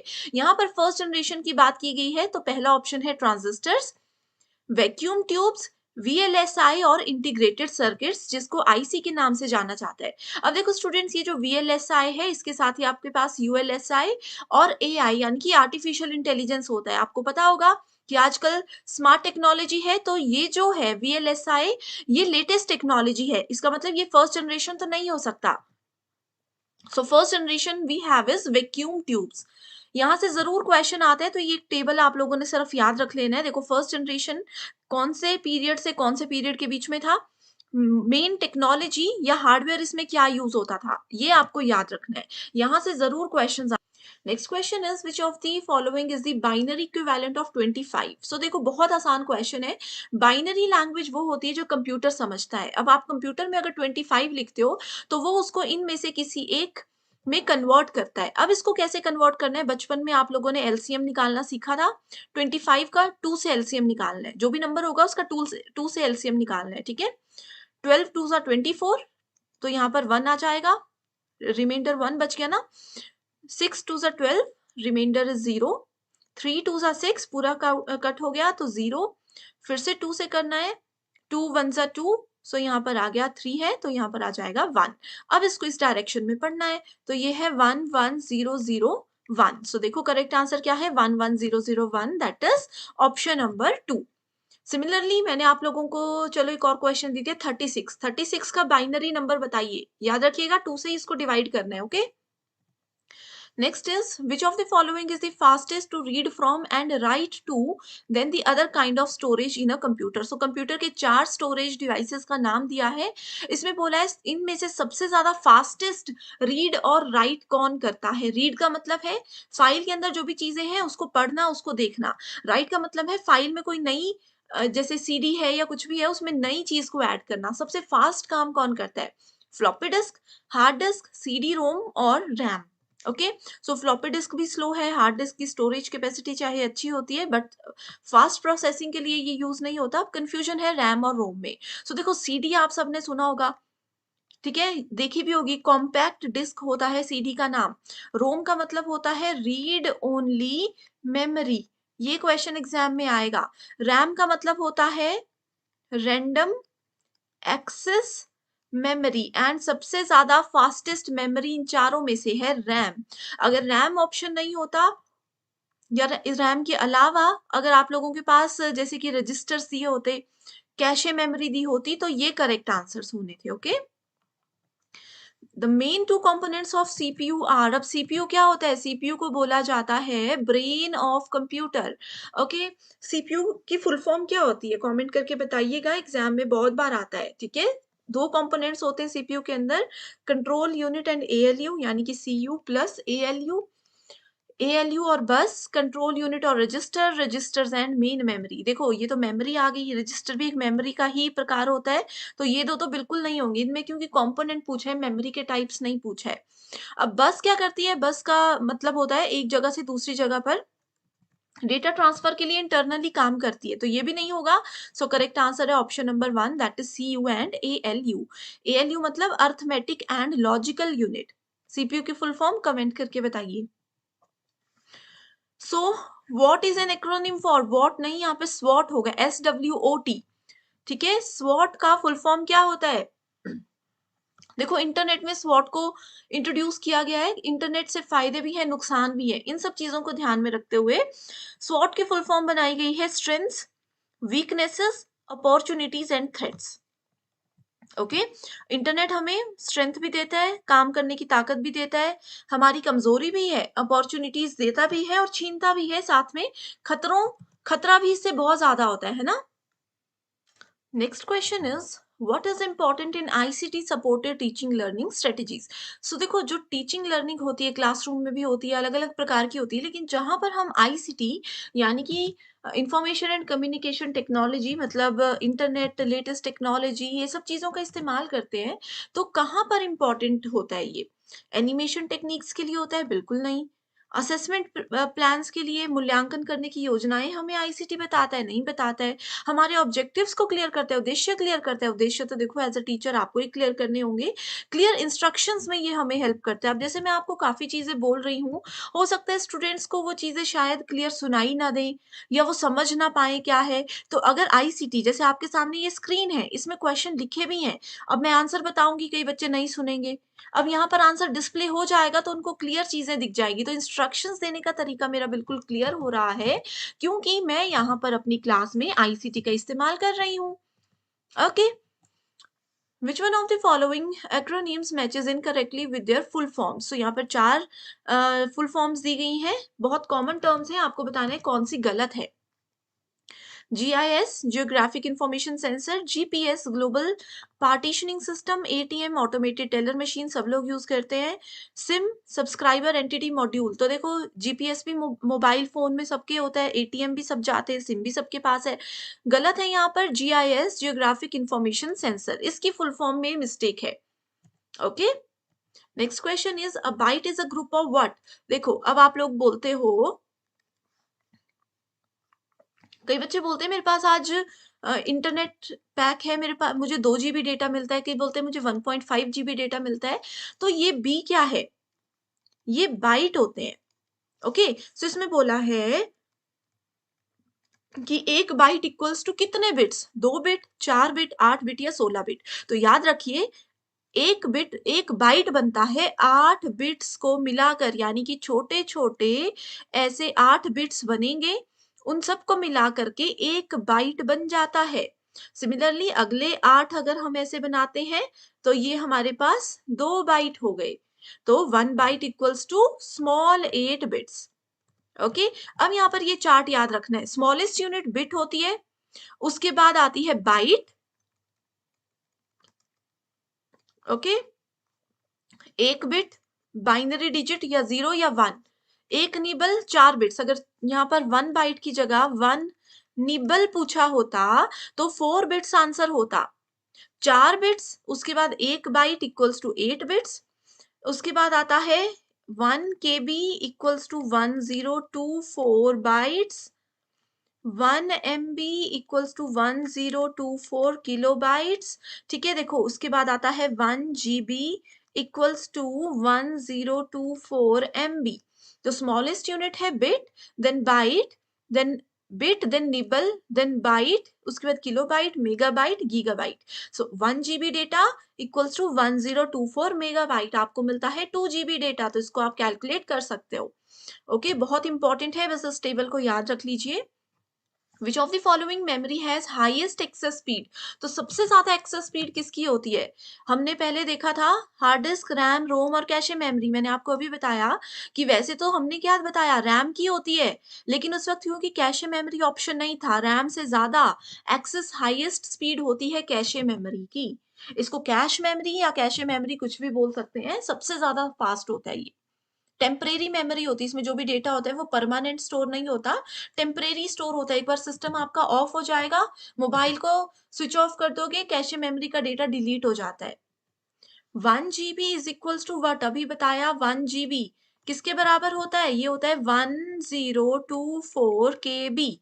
ठीक है, सो इसके लिए ये वाला चार्ट याद रख लीजिए, bit, byte, kilobyte, megabyte, gigabyte, terabyte और पेटाबाइट, ये सीक्वेंस है। बस इसको 1024 करते रहना है, या 2 2 रेज़ टू पावर 10 इस तरीके से करते जाना है। ओके, डिटेल्ड वीडियो ऑलरेडी है, नहीं देखा है, जहां पर मैंने बहुत आराम से ये कॉन्सेप्ट्स बताए हैं, तो बता दीजिए कमेंट करके नहीं समझ में आया है ये। वीडियो का लिंक दे दूंगी आपके साथ, ठीक है। अगर ये सेशंस पसंद आ रहे हैं और चाहते हो कि कंटिन्यू करूं, तो एक बार प्लीज मुझे कमेंट करके जरूर अपडेट दे दीजिएगा। बढ़ते हैं फर्स्ट क्वेश्चन की ओर, जिसमें पूछा गया है irritation in eyes is caused by the pollutant, यानी कि आंखों में जो जलन होती है वो कौन से प्रदूषक की वजह से होती है। सो करेक्ट आंसर है sulphur. Next question is which of the following types of natural hazards have the highest potential to cause damage to humans. So निम्नलिखित में से कौन सा वो प्राकृतिक ऐसा खतरा है जो कि मनुष्यों को सबसे ज्यादा नुकसान पहुंचा सकता है। सो करेक्ट आंसर है यहाँ पे ड्रॉट्स एंड फ्लड्स, यानी कि सूखा और बाढ़। Then we have next question, which of the following sequences represents the most logical sequence in doing research? So research करते समय हमें एक सीक्वेंस को, एक स्टेप को, कुछ स्टेप्स को फॉलो करना होता है, तो कौन सा वो करेक्ट ऑप्शन है। सो देखो, सबसे पहले हम लोगों के पास, हम लोगों को आइडेंटिफाई करना है और डिफाइन करना है किसको, रिसर्च प्रॉब्लम को। उसके बाद हम हाइपोथेसिस को फॉर्मुलेट करते हैं, यानी कि परिकल्पना करना शुरू कर देते हैं। उसके बाद हम उस परिकल्पना को चेक करते हैं कि क्या वो सही है या गलत है, एंड देन सबसे लास्ट में हमारे पास रिजल्ट्स आते हैं। तो correct answer here is option number 1। बहुत इंपॉर्टेंट क्वेश्चन है, हर साल एग्जाम में आएगा। तो इसमें सबसे पहले ये याद रखिए कि रिसर्च प्रॉब्लम हमेशा पहला स्टेप होता है, एंड रिजल्ट की रिपोर्ट बनाना लास्ट स्टेप होता है। Next question is the smog in cities in India mainly consist of. Bharat के शहरों में जो स्मॉग होता है उसमें कौन कौन सी चीजें होती हैं? उसमें होते हैं oxides of nitrogen and unburned hydrocarbons. Next question is plants suitable for biomonitoring of sulfur dioxide pollution is। sulfur dioxide प्रदूषण की जैव निगरानी के लिए कौन से पौधे की सबसे ज्यादा जरूरत होती है? तो इसका करेक्ट आंसर है व्हाइट पाइन यानी कि सफेद चीड़ का पेड़। Then we have moss and lichens यानी कि काई और लाइकेन जिसको हम लोग बोल सकते हैं। ये कुछ ऐसे प्लांट्स हैं जो कि बायो मॉनिटरिंग अगर हमें करनी है सल्फर डाइऑक्साइड पॉल्यूशन की तो उसमें बहुत ही ज्यादा मदद करते हैं। ये क्वेश्चन ऐसा है कि पिछली बार एग्जाम में थोड़ा घुमा के पूछा गया था। ये वाला क्वेश्चन का पार्ट था एंड ये ऑप्शंस का पार्ट था, तो आप लोगों को क्वेश्चंस को भी अच्छे से पढ़कर जाना है, ठीक है।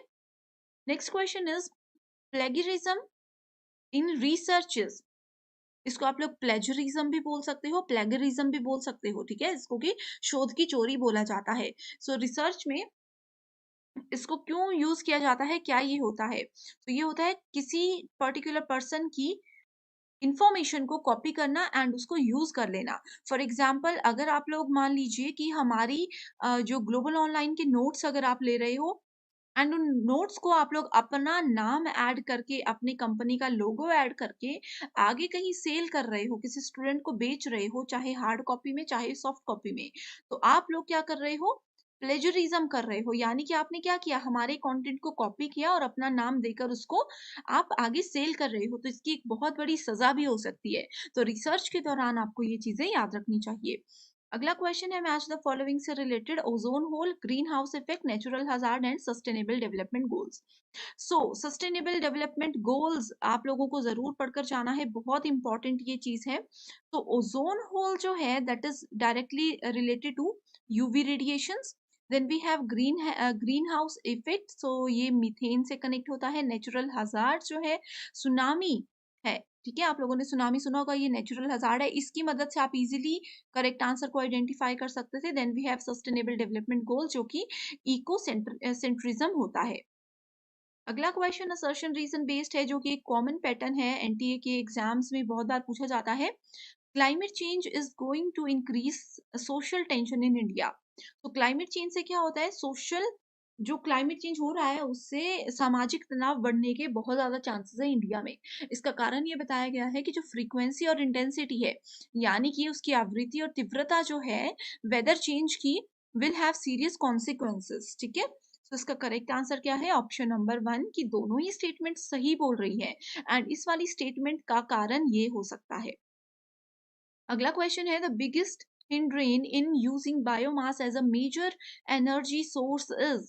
large amount of land required to grow energy crops जो है इसका एक मेजर रीजन हो सकता है। Next question is climate change is going to increase social tension in India, ये हमने ऑलरेडी डिस्कस कर लिया है। नेक्स्ट है match list 1 and list 2 and identify the correct code, ठीक है। यहाँ पे world health day, population day, ozone day and AIDS day. आप लोगों को स्टूडेंट्स मैं बता दूं कि करंट अफेयर से रिलेटेड ऐसे क्वेश्चन जरूर पूछे जाते हैं। जैसे कि अगर हम यहाँ पे बात करें, वर्ल्ड हेल्थ डे जो है वो 7 अप्रैल को मनाया जाता है। आप लोगों के एग्जाम में ऐसे पूछा जा सकता है कि वर्ल्ड हेल्थ डे की 2023 की थीम क्या थी, 2022 की थीम क्या थी एंड कौन सी कंट्री में इसको सेलिब्रेट किया गया, कौन इंडिया में अगर ये सिर्फ मनाया जाता है तो कौन सी स्टेट ने या फिर कौन सी सिटी ने इस बार इसको होस्ट किया। तो ये चीजें आपको पता होनी चाहिए, स्पेशली ये डेज और उनकी जो थीम होती है। तो इस चीज को आप लोग नोट कर लीजिए एंड आप लोग बिल्कुल भी परेशान मत होइएगा इन चीजों के लिए। हम लोग जल्दी ही आपके लिए करंट अफेयर की लेक्चर सीरीज शुरू करने वाले हैं जो कि डेफिनेटली आप लोगों को मदद करेगी, okay. One below is a proposition जिसमें कि पूछा गया है Mahatma Gandhi is called the father of nation, यानी कि महात्मा गांधी को राष्ट्रपिता कहा जाता है। इसमें हमें बताना है कि क्लासिकल कैटेगोरिकल प्रोपोजिशन कौन सा यूज किया गया है। Options are universal affirmative and particular affirmative. Universal, यहाँ पे यूनिवर्स आ गया, इसका मतलब है कि हम सबके बारे में बात कर रहे हैं, यानी कि we are talking about all.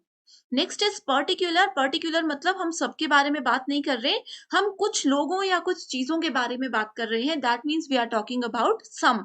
some percentage, some part of that statement, right? So यहाँ पे बोला गया है महात्मा गांधी को राष्ट्रपिता कहा जाता है। ये स्टेटमेंट सब लोगों ने सुनी होगी, ये स्टेटमेंट सब लोग मानते हैं। सो इस वजह से करेक्ट आंसर क्या होगा? Universal affirmative. ओके, जहां पे पूरी स्टेटमेंट ट्रू है एंड हम लोग बिल्कुल श्योर है उस स्टेटमेंट को लेकर के, तो वहां पे हमेशा यूनिवर्सल अफर्मेटिव टर्म आप लोगों ने सेलेक्ट करनी है। अगला क्वेश्चन है, which of the following pramanas are accepted by Vaisheshika philosophy, यानी कि वैशेषिक दर्शन के द्वारा कौन से प्रमाण को स्वीकार किया जाता है? ऑप्शंस है प्रत्यक्ष, अनुमना, शब्द, उपमना, अर्थपति या फिर अनुपलब्धि। इस क्वेश्चन में स्टूडेंट्स मैं आप लोगों को बता दूं कि सबसे पहले वैशेषिक दर्शन क्या होता है। आप लोगों ने इंडियन फिलॉसफी जरूर सुनी होगी। इंडियन फिलॉसफी के अंदर हमारे पास 6 स्कूल्स होते हैं। 6 स्कूल्स में से किसी एक स्कूल का नाम है वैशेषिक फिलॉसफी। ठीक है, एक स्कूल का नाम है वैशेषिक फिलॉसफी एंड बाकी के जो 5 स्कूल्स हैं उनके नाम क्या है? ये आप मुझे होमवर्क क्वेश्चन है, इसका आंसर मुझे कमेंट करके जरूर बताइए। 100% ये क्वेश्चन एग्जाम में आएगा। तो स्टूडेंट्स अगर आप चाहते हो इस क्वेश्चन को करेक्ट करना, गूगल पे चेक कीजिए एंड मुझे कॉमेंट कीजिए ताकि बाकी स्टूडेंट्स भी इसका बेनिफिट उठा सके। ओके, वैशेषिक फिलॉसफी एक स्कूल है एंड इसके अंदर 2 प्रमाण को यूज किया जाता है। पहला है प्रत्यक्ष। प्रत्यक्ष का मतलब होता है जो चीज हमारे सामने होती है, जिस चीज को हमने अपनी आंखों के सामने देखा है। दूसरा होता है अनुमान लगाना, यानी कि गेस करना। तो करेक्ट आंसर है both A and B, that is option number 1। इसी के साथ बढ़ते हैं नेक्स्ट क्वेश्चन की ओर, जिसमें पूछा गया है given below are 2 propositions, all philosophers are fallible and Socrates is not fallible। तो 2 स्टेटमेंट्स गिवन है, आपको बताना है। अब देखो यहाँ पे स्टूडेंट्स, पहले मैं आपको ट्रिक बता देती हूँ। स्टूडेंट्स इसका मीनिंग समझने में कंफ्यूज हो जाते हैं कि अच्छा फिलोसफर्स तो समझ आ गया, ये फॉलेबल का क्या मतलब होता है, सॉक्रेट्स का क्या मतलब होता है। मे बी आप में से बहुत से लोग ऐसे होंगे जिनको नहीं मतलब इसका पता होगा। ठीक है, आप लोगों को लॉजिकल रीजनिंग की एक ट्रिक मैं ये बताती हूँ कि आपको यहाँ पे वर्ड्स के मीनिंग पर फोकस नहीं करना है। जो प्रोपोजिशंस गिवन होती हैं उसके वर्ड्स के मीनिंग पर फोकस नहीं करना है। आपको डायरेक्टली ये देखना है कि क्वेश्चन में क्या पूछा है। क्वेश्चन में पूछा है क्लासिकल स्क्वायर ऑफ ऑपोजिशन के अकॉर्डिंग इसमें से कौन सी स्टेटमेंट बिल्कुल करेक्ट है। इस क्वेश्चन के लिए भी आप लोगों को क्लासिकल स्क्वायर ऑफ ऑपोजिशन का नॉलेज होना जरूरी है। ठीक है, सबसे पहले आपको ये बता दूं कि इसमें 4 तरह की चीजें होती है, ए, ई, आई एंड ओ।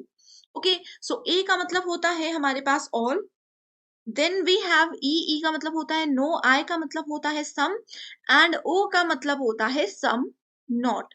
एंड क्वेश्चन में क्या गिवन है? क्वेश्चन में गिवन है ऑल फिलोसोफर्स, यानी कि स्टेटमेंट में we are talking about A. Socrates is not fallible, यानी कि here we are talking about O. यहाँ पे सम नहीं लिखा है, बट नॉट अगर बीच में होगा तो इसका मतलब है कि सम शुरू में जरूर है। ठीक है, इसका मतलब है ए एंड ओ स्टेटमेंट की यहाँ पे हम बात कर रहे हैं। ठीक है, इसमें बताना है कि कौन सी स्टेटमेंट करेक्ट है। ये दोनों स्टेटमेंट्स अगर एक जगह पे आ जाए, इसका मतलब है कि इन दोनों के बीच में कुछ ना कुछ रिलेशनशिप है। एंड ए और ओ के बीच में कौन सा रिलेशनशिप होता है? कॉन्ट्राडिक्टरी का रिलेशनशिप होता है। इस पे एक डिटेल्ड वीडियो मैंने ऑलरेडी बनाई हुई है, अगर आपने वो अभी तक नहीं देखी है मुझे कमेंट कीजिए, मैं डेफिनेटली आपके साथ लिंक शेयर कर दूंगी। Next question is which of the following are accepted in Buddhism. Buddhism में कौन कौन सी चीजों को एक्सेप्ट किया जाता है?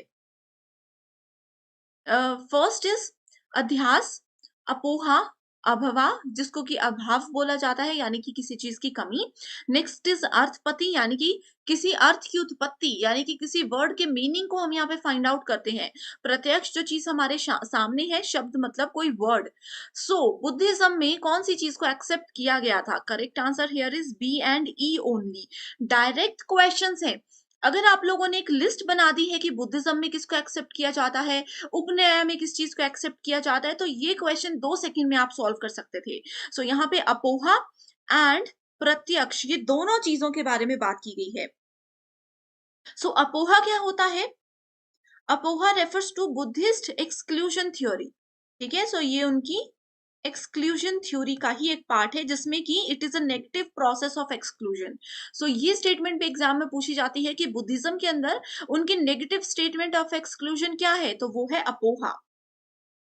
Next question is what is the nature of logical argument. एक लॉजिकल आर्ग्यूमेंट गिवन है, आपको बताना है, कोई भी लॉजिकल आर्ग्यूमेंट आप ले सकते हो, उसको बताना है कि उसका नेचर क्या हो सकता है। सो आपने अगर इसकी सिर्फ पीवाईक्यूज पे ओवरव्यू भी लिया होगा तो आपको पता होगा कि एक लॉजिकल आर्ग्यूमेंट के साथ हम वैलिड और इनवैलिड ये दो ही टर्म्स को जो है यूज करते हैं। अगला क्वेश्चन है विच one of the following decides the figure of a categorical proposition.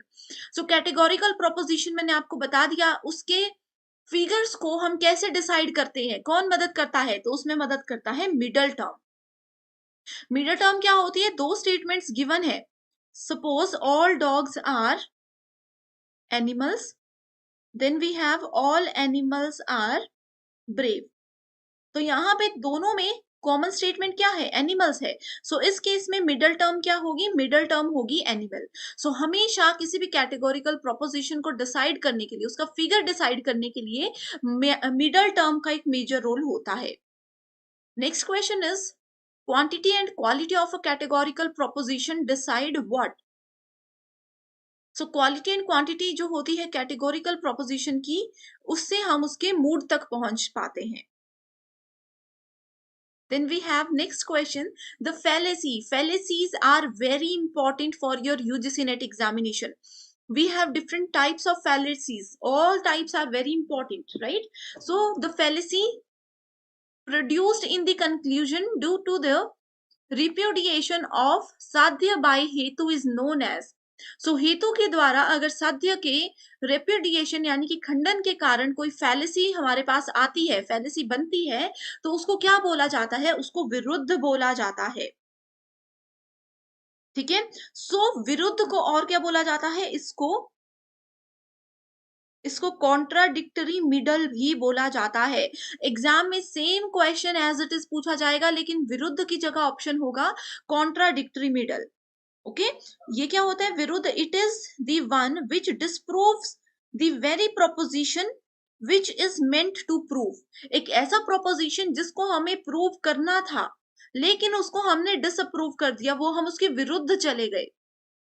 Next question is what is the sequential order of a comprehensible sentence in Nyaya philosophy. सो न्याय फिलॉसफी में कौन सा होता है एक सीक्वेंस, तो सबसे पहले इसमें आता है हमारे पास akanksha, then we have yogyata, then we have sannidhi, then we have tatparya. Okay, so correct answer is option number 2।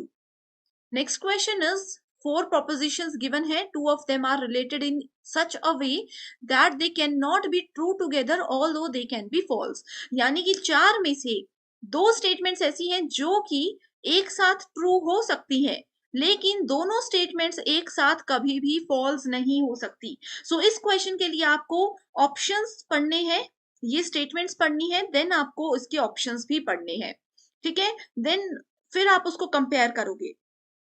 जो भी स्टेटमेंट जहां पे दोनों स्टेटमेंट्स एक साथ ट्रू हो सकती हैं लेकिन एक साथ फॉल्स नहीं हो सकती, वो स्टेटमेंट्स क्या होती है, कॉन्ट्रारीज स्टेटमेंट्स होती हैं। इस चीज को अगर आप लोगों ने नोट किया होगा, वो चीजें क्या होती है, कॉन्ट्रारी स्टेटमेंट्स होती हैं। सो कॉन्ट्रारी स्टेटमेंट हमेशा होती है ए टू ई। ए का मतलब हो गया ऑल वाली, ई का मतलब हो गया नो वाली। सो ऑल वाली स्टेटमेंट एंड नो वाली स्टेटमेंट, इस अकॉर्डिंग करेक्ट आंसर क्या है, ए एंड बी ओनली। इस तरह से आप इसको आंसर कर सकते हो। Next question is to inference in the past by perceiving muddy water in the pond, that is called what. तो इट इज कॉल्ड पूर्ववत अनुमना। सो पूर्ववत अनुमना इज ऑल्सो वेरी इंपॉर्टेंट। पूर्ववत अनुमना क्या होता है, इन्फेरेंस होता है जिसमें कि we infer the unperceived effect from perceived cause. अगला क्वेश्चन है the sequential order of syllogism in Nyaya philosophy. सो न्याय फिलॉसफी में एक हमारे पास ऑर्डर होता है जिसको कि आपको याद रखना जरूरी है। सो इसमें ऑर्डर सबसे पहले क्या आ जाएगा हमारे पास, सबसे पहले आ जाएगा प्रतिज्ञा, उसके बाद आता है हेतु, उसके बाद आता है उदाहरणा यानी कि example, then we have upanaya, then we have nigamana. Okay, निगमन जिसको बोलते हैं। तो न्याय फिलॉसफी के अंदर ये आपको याद रखना है। जैसे कि मैंने आपको बताया इंडियन फिलॉसफी के जो 6 स्कूल्स होते हैं उसमें से एक न्याय फिलॉसफी भी है। गौतम जो है वो मेन प्रोपोनेंट है न्याय फिलॉसफी के। Next question is what type of cognition is beyond the ambit of perception? So correct answer है यहाँ पे निर्विकल्प प्रत्यक्ष। अगला क्वेश्चन है in a proposition which is particular affirmative. So मैंने आप लोगों को बता दिया पर्टिकुलर अफर्मेटिव स्टेटमेंट्स क्या होती हैं। Neither the subject nor the predicate is distributed, यानी कि इसमें हम लोग ना ही सब्जेक्ट को ना ही प्रेडिकेट को डिस्ट्रीब्यूट करते हैं, वितरित नहीं किया जाता। In order to authenticate the environmental values as advocated by our ancestors, a scholar cites example from Vedas. The means of knowledge used by him or her in terms of Indian logic will be called as what?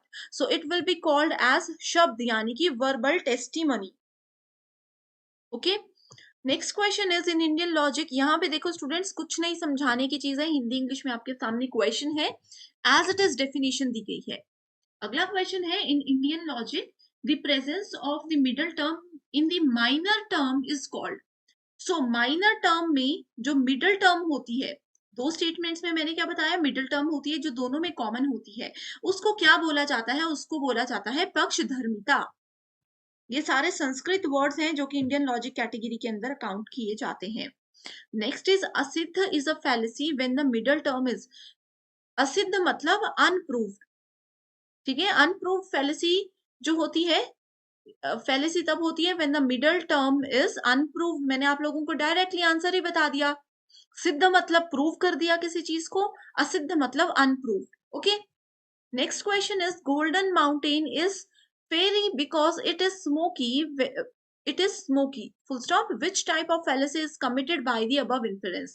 So golden mountains यानी कि स्वर्ण पर्वत जो होते हैं वो बहुत ही ज्यादा अट्रैक्टिव भी होते हैं एंड वो फायरी भी होते हैं, ठीक है, बिकॉज इट इज स्मोकी, क्योंकि वहां पे धुआं भी रहता है। सो ये किसका आंसर है? ये आश्रय सिद्धि का आंसर है। Ayurveda which deals with indigenous system of medicine could be trace to. अब आप लोगों को पता है हमारे पास चार वेद होते हैं, ऋग्वेद, यजुर्वेद, सामवेद एंड अथर्ववेद।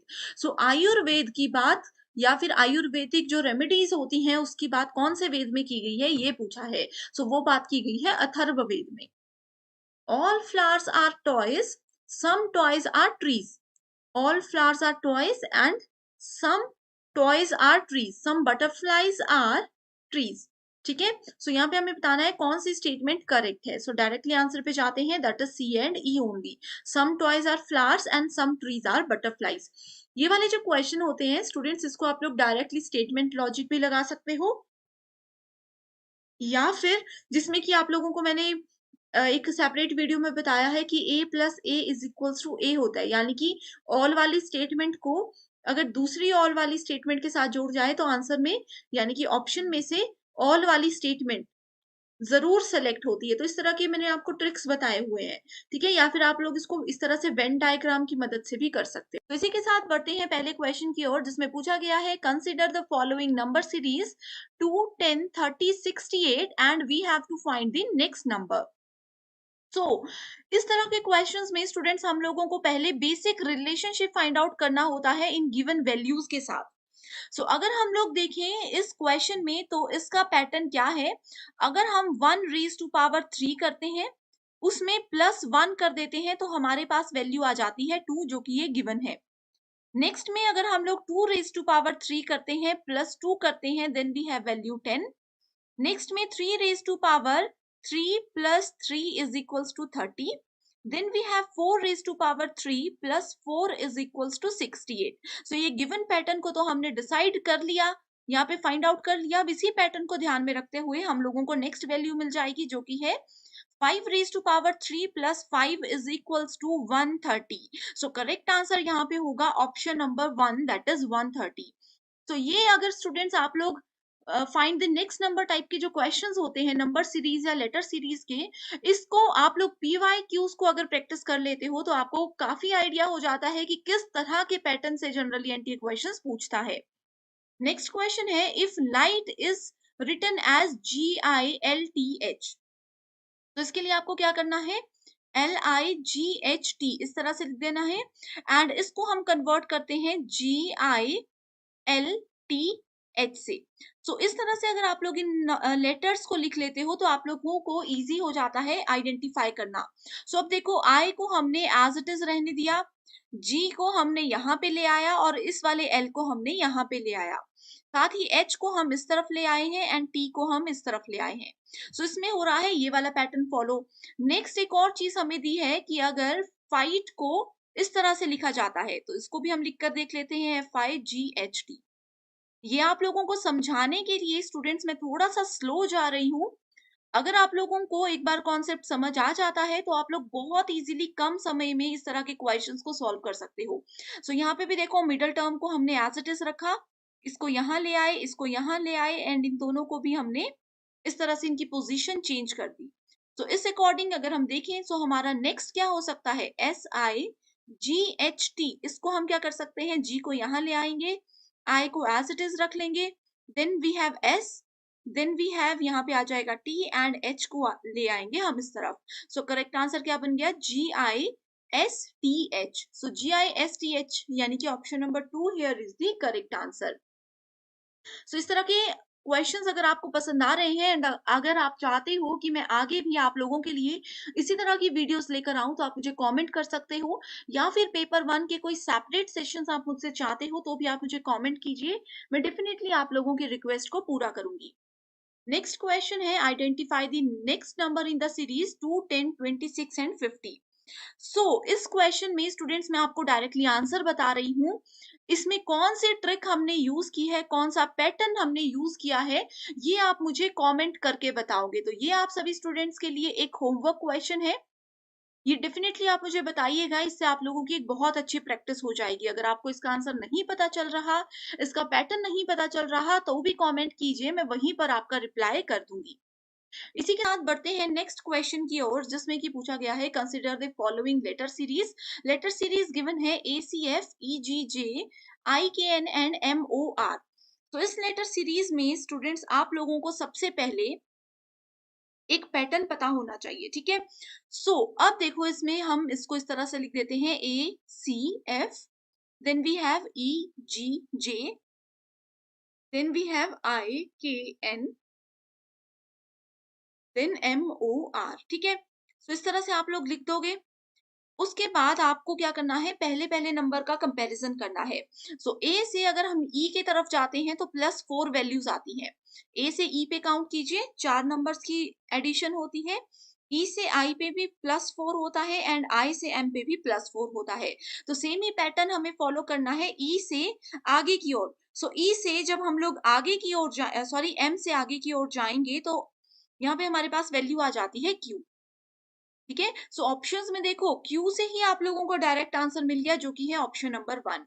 आप लोगों को यूजीसी नेट के रीजनिंग के सेक्शन में स्मार्ट वर्क करना है, पूरा सॉल्व करने की जरूरत नहीं है। आप देख सकते हो फर्स्ट लेटर सीरीज में से ही हम लोगों को करेक्ट आंसर बहुत बार मिल जाता है, ओके।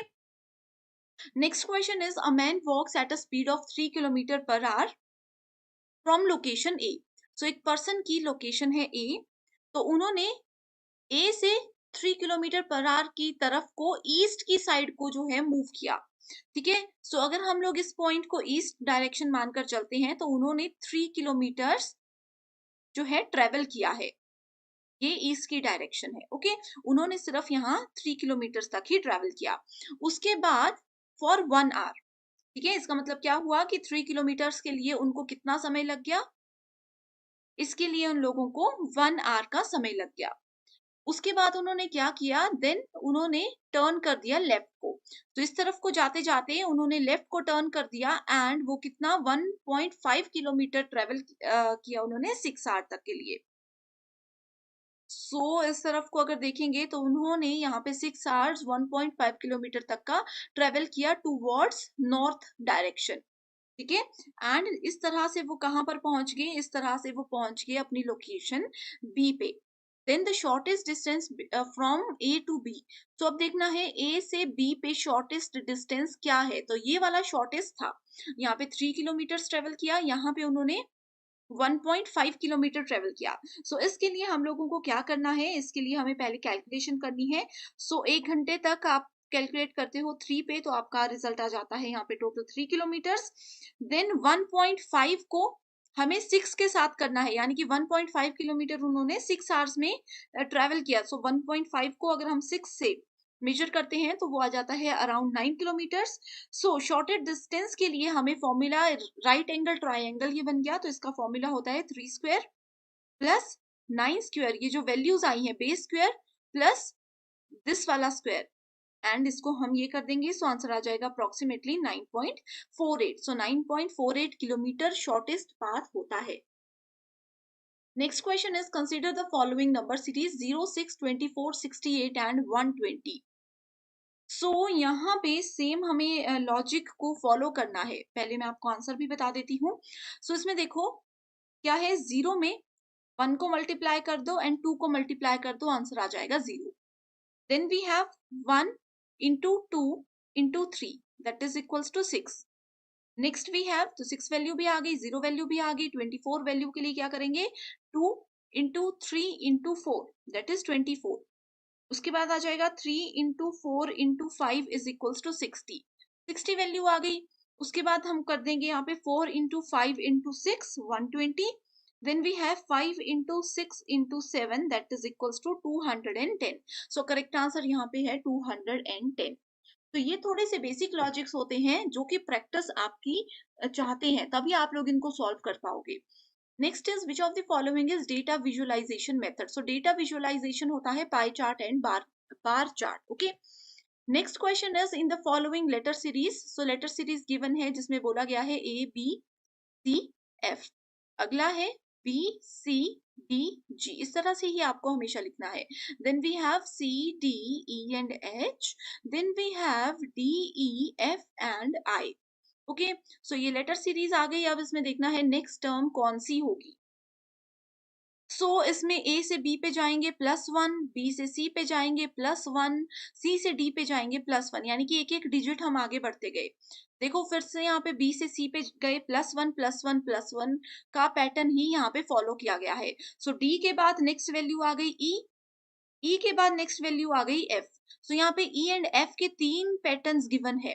ठीक है, सो हमें अगला भी सॉल्व करना पड़ेगा। सो E+1 F, F+1 G, तो यहाँ पे इसको हटा देंगे तो F+1 G, तो यहाँ पे आ गया हमारे पास H+1 I, I+1 J। ठीक है, सो करेक्ट आंसर क्या हो गया यहाँ पे, option number 3 that is EFGJ। So EFGJ यहाँ पे आ गया।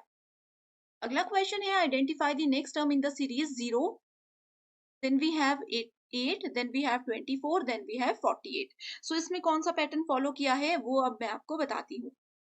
अगर आपको इसका आंसर आता है तो स्टूडेंट्स आप इस वीडियो को पॉज कीजिए, इसका आंसर सॉल्व करने की कोशिश कीजिए मेरे बताने से पहले। ठीक है, सो 0 से 8 के बीच में कितना डिफरेंस है 8 का, 8 से 24 के बीच में कितना है 16 का, 24 से 48 के बीच में कितना है 32 का डिफरेंस है ना। अब तो यहाँ पे कॉमन डिफरेंस कोई भी नहीं आया, लेकिन ये जो डिफरेंस आया है ये सारा डिफरेंस भी क्या है, ये सारा डिफरेंस भी जो है कैलकुलेट होता है 8 से। तो इसमें डिफरेंस आ गया 8 का, इसमें डिफरेंस आ गया 8 का। सो इसी तरह से हमें नेक्स्ट वैल्यू फाइंड आउट करनी है। ठीक है, 8 2 16, 16 2 32, देन हमें इसमें नेक्स्ट वैल्यू ऐड करनी है। ठीक है, सो नेक्स्ट वैल्यू अगर हम इसमें 8 ऐड करते हैं तो वो कितना आ जाता है 40। सो 48 में अगर हम लोग 32, सॉरी यहाँ पे थोड़ी सी मिस्टेक हो गई है, यहाँ पे आएगा 24। ठीक है, सो 24 में अगर 8 ऐड करते हैं तो आ जाएगा 32, तो 48 प्लस 32 आ जाता है 80। ठीक है, सो 80 आ गया यहाँ पे आंसर हमारे पास, इस तरह से। Next is consider the following letter series and identify the next number ACE FHJ KMO and PRT। Right, so इसको हम लोग किस तरह से कैलकुलेट कर सकते हैं, इसमें आप लोग देखो सबसे पहली टर्म है AC। ठीक है, सो यहाँ पे डिफरेंस कितना है +5 का, +5 एंड +5।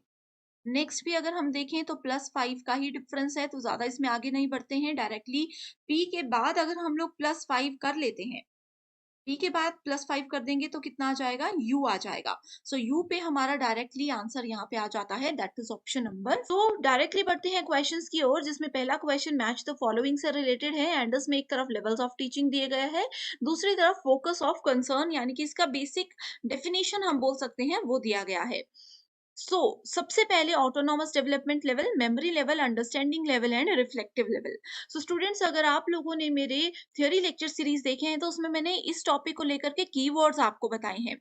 अगर हम मेमोरी लेवल की सबसे पहले बात करें, ये स्मॉलेस्ट लेवल होता है एंड जहां पर भी हम फैक्ट्स को रिकॉल करने की बात करते हैं, कभी भी आपको रिकॉल वर्ड नजर आए सो डायरेक्टली आप लोग मेमोरी लेवल को उससे कनेक्ट कर दीजिएगा। ठीक है। नेक्स्ट आ जाता है फिर हमारे पास अंडरस्टैंडिंग लेवल। किसी चीज की समझ कब होती है? जब हम उसके बीच में रिलेशनशिप, उसके फैक्ट्स और उसी चीज को लेकर के एग्जाम्पल्स बनाना शुरू कर देते हैं। इसका मतलब ये है कि हम उससे उस अंडरस्टैंडिंग लेवल पर आ चुके हैं। Then we have reflective level, यानी कि जो कुछ भी हमने इन दोनों लेवल्स में सीखा था उसको रिफ्लेक्ट करने का समय आ चुका है। सो रिफ्लेक्टिव लेवल क्या होता है? Problem raising and problem solving, यानी कि अगर हम किसी प्रॉब्लम में फंस चुके हैं तो मेमोरी और अंडरस्टैंडिंग लेवल में हमने जो कुछ भी सीखा उन सब चीजों को रिकॉल करते हुए, उनको बीच में रिलेशनशिप देखते हुए हम प्रॉब्लम से बाहर निकल सकते हैं। Then we have autonomous development level, जो कि डायरेक्टली किसी भी चीज के इफेक्ट और उसकी फीलिंग्स के साथ हमें कनेक्ट करता है। सो अफेक्ट एंड फीलिंग्स की अगर बात हो then we are talking about autonomous development level. So ये कुछ कीवर्ड्स थे जो कि बहुत इंपॉर्टेंट है। नेक्स्ट क्वेश्चन है, which of the following set of statements best represent nature and objective of teaching and learning? यानी कि सीखने और शिक्षण और सिखाने या सीखने का जो तरीका होता है उसकी प्रकृति और उद्देश्य से रिलेटेड हमें बताना है कि कौन से स्टेटमेंट्स ट्रू हैं। First is teaching is like selling and learning is like buying. तो ऐसा तो नहीं होता, टीचर है कुछ बेचने के लिए तो नहीं है, यहाँ पे नॉलेज हम शेयर करते हैं ना कि बेचते हैं। ठीक है। सो ये स्टेटमेंट इनकरेक्ट है। Teaching is a social act while learning is a personal act. So बिल्कुल ये स्टेटमेंट करेक्ट है, क्योंकि अब मैं आपको पढ़ा रही हूँ तो ये क्या है? ये एक सामाजिक कार्य है। अब आप लोग पढ़ रहे हो, आप सीखना चाहते हो या नहीं सीखना चाहते हो, ये आपका व्यक्तिगत डिसीजन हो सकता है। Teaching implies learning whereas learning does not implies teaching। सो ये स्टेटमेंट भी बिल्कुल करेक्ट है कि टीचिंग से, अब मैं आपको पढ़ा रही हूँ तो आप इस वीडियो के बाद कुछ ना कुछ स्टूडेंट्स जरूर सीख कर जाओगे, लेकिन लर्निंग का मतलब यानी कि कुछ सीखने का मतलब जरूरी नहीं है कि वो टीचिंग से ही हो, हम कुछ भी कहीं से भी सीख सकते हैं। Next is teaching is a kind of delivery of knowledge while learning is like receiving it. So ये स्टेटमेंट भी कहीं ना कहीं सही है कि टीचिंग में हम क्या करते हैं? अपने नॉलेज को डिलीवर करते हैं, बट यहाँ पे डिलीवर की जगह अगर शेयर वर्ड यूज होता तो ये स्टेटमेंट करेक्ट हो सकती थी। Next is teaching is an interaction and is triadic in nature, whereas learning is an active engagement in subject domain। So ये statement भी बिल्कुल correct है। तो करेक्ट आंसर यहाँ पे आ जाएगा हमारे पास ऑप्शन नंबर 2। इसी के साथ नेक्स्ट क्वेश्चन पर बढ़ते हैं, जिसमें कि अगेन ये मैच द फॉलोइंग से रिलेटेड क्वेश्चन है, जिसमें कुछ ऑनलाइन पोर्टल्स एक तरफ दिए गए हैं एंड दूसरी तरफ उनके बेसिक फीचर्स की बात की गई है। तो सबसे पहले we have Swayam Prabha, then Gyan that is global institute of academic network, then we have Gyan Vani, ज्ञान दर्शन एंड ज्ञान धारा। वहीं दूसरी तरफ उनकी डेफिनेशंस दी गई हैं। ठीक है। सो इसको इस तरह से यहाँ पे कवर करते हैं। आप लोगों को अगर पता नहीं होगा तो मैं बता दूं कि स्वयं प्रभा क्या है? स्वयं प्रभा एक फ्री डीटीएच चैनल हमें प्रोवाइड कराता है, एजुकेशनल चैनल्स ये हमें प्रोवाइड कराता है। ठीक है। तो स्वयं प्रभा को हम डायरेक्टली इससे मैच कर देते हैं। ठीक है। सो इसको आप लोगों को इस तरह से याद रख लेना है। राइट। तो स्वयं प्रभा को हमने इससे मैच कर दिया। ज्ञान वाणी, वाणी का मतलब क्या होता है? कि हम उस चीज को सिर्फ सुन सकते हैं।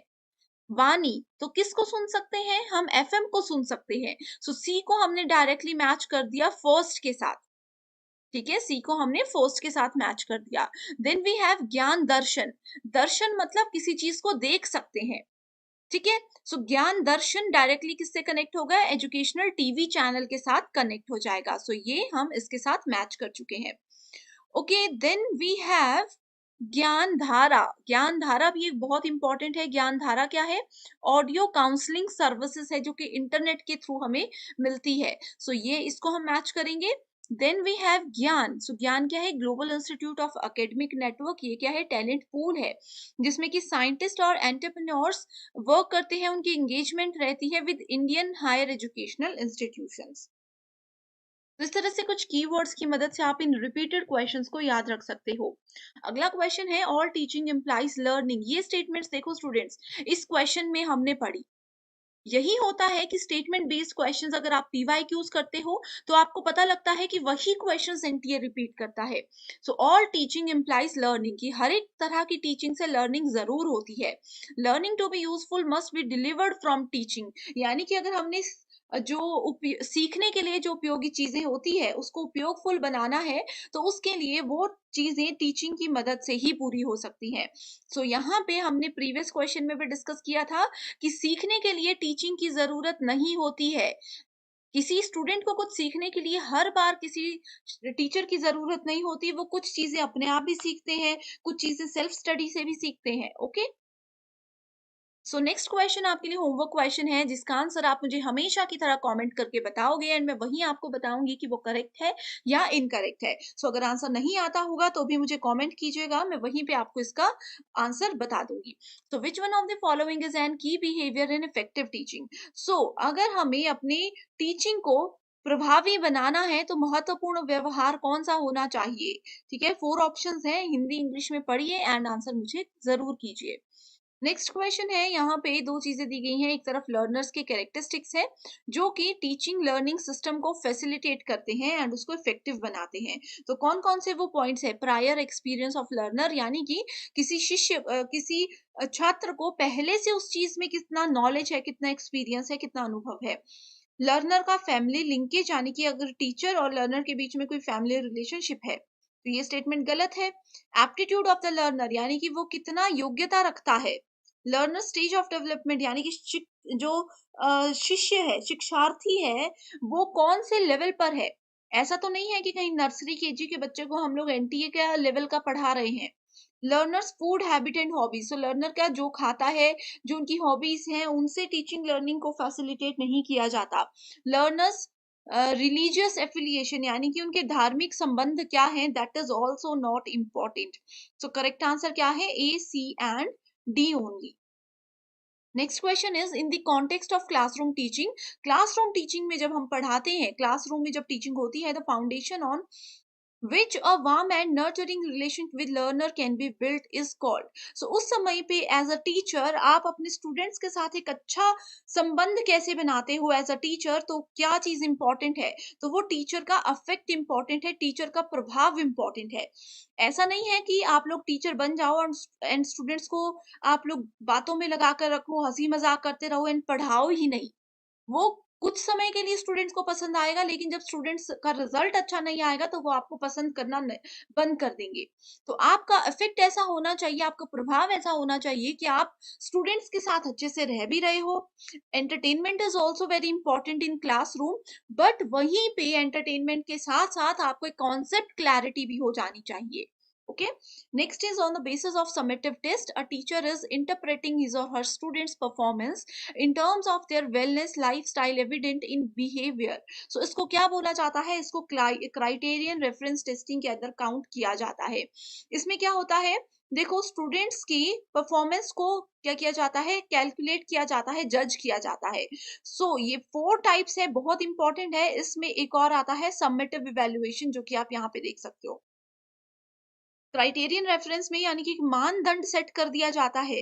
अगर मानदंड ये है कि 60% से ज्यादा वाले बच्चों को पास किया जाएगा, उससे कम वाले बच्चे सभी फेल हो जाएंगे, तो एक मानदंड है। उसके अकॉर्डिंग हम स्टूडेंट्स का क्या करते हैं? उनको इवेल्युएट करते हैं, उनको टेस्ट करते हैं। Next question is which among the following is a cognitive characteristic of a learner. Cognitive here means mental ability. किसी भी छात्र की संज्ञानात्मक या फिर उसके मेंटल लेवल को अगर हमें देखना है तो कौन से कैरेक्टरिस्टिक इंपॉर्टेंट है? तो level of visual literacy is important, यानी कि दृश्य साक्षरता का स्तर। अगला क्वेश्चन है, empathy in is essential for effective communication between communicator and the community communicatee। Next is empathy like links the teacher and students. तो एम्पैथी क्या होता है? सहानुभूति। क्या सहानुभूति टीचर और स्टूडेंट को लिंक करती है? बिल्कुल करती है। ऐसा नहीं कि हर एक स्टूडेंट को हम सहानुभूति की नजर से ही देखें, बट कहीं ना कहीं वो चीजें इंपॉर्टेंट होती हैं। अगला क्वेश्चन है, from the list of learning outcomes indicated below identify those which are said to be high level outcomes. तो ऑप्शंस यहाँ पे दिए गए हैं, जिसमें पहला है learning of facts and rules showing the ability to analyse and synthesise. पहले डायरेक्टली आंसर पे जाते हैं, तो देखो, अगर हम लोग फैक्ट, किसी चीज के फैक्ट और नियम समझ लेते हैं, तो वो हाई लेवल आउटकम हमें देता है, यानी कि उच्च स्तरीय परिणाम एक स्टूडेंट को देता है। अगर एक स्टूडेंट का हमें पता है, जैसे अगर आप लोगों ने, मैं बता दूं कि अगर आप लोगों ने हमारे थ्योरी लेक्चर्स देखे हैं, तो ये क्वेश्चंस आप लोग देखोगे कि सेम डेफिनेशंस नहीं है, लेकिन वहां से आपके कॉन्सेप्ट्स अगर क्लियर होंगे तो आप लोग इजीली एनालाइज कर सकते हो। Okay. And third we have awareness, responding and valuing. So ये सब चीजें इंपॉर्टेंट होती हैं कि कैसे हम लर्निंग आउटकम्स को, यानी कि सीखने के परिणामों को एक अच्छा लेवल तक पहुंचा सकते हैं। सो ये थे आज के मोस्ट रिपीटेड क्वेश्चंस, जो कि हर साल लगभग हर एक शिफ्ट में पूछे जाते हैं। तो आई होप स्टूडेंट्स आपको ये वीडियो पसंद आई है, इसको शेयर जरूर कीजिएगा, एंड स्क्रीन पर दिए गए नंबर्स पर कांटेक्ट करके आप किसी भी कोर्स की इंफॉर्मेशन ले सकते हो। So thank you so much and I wish you all the very best.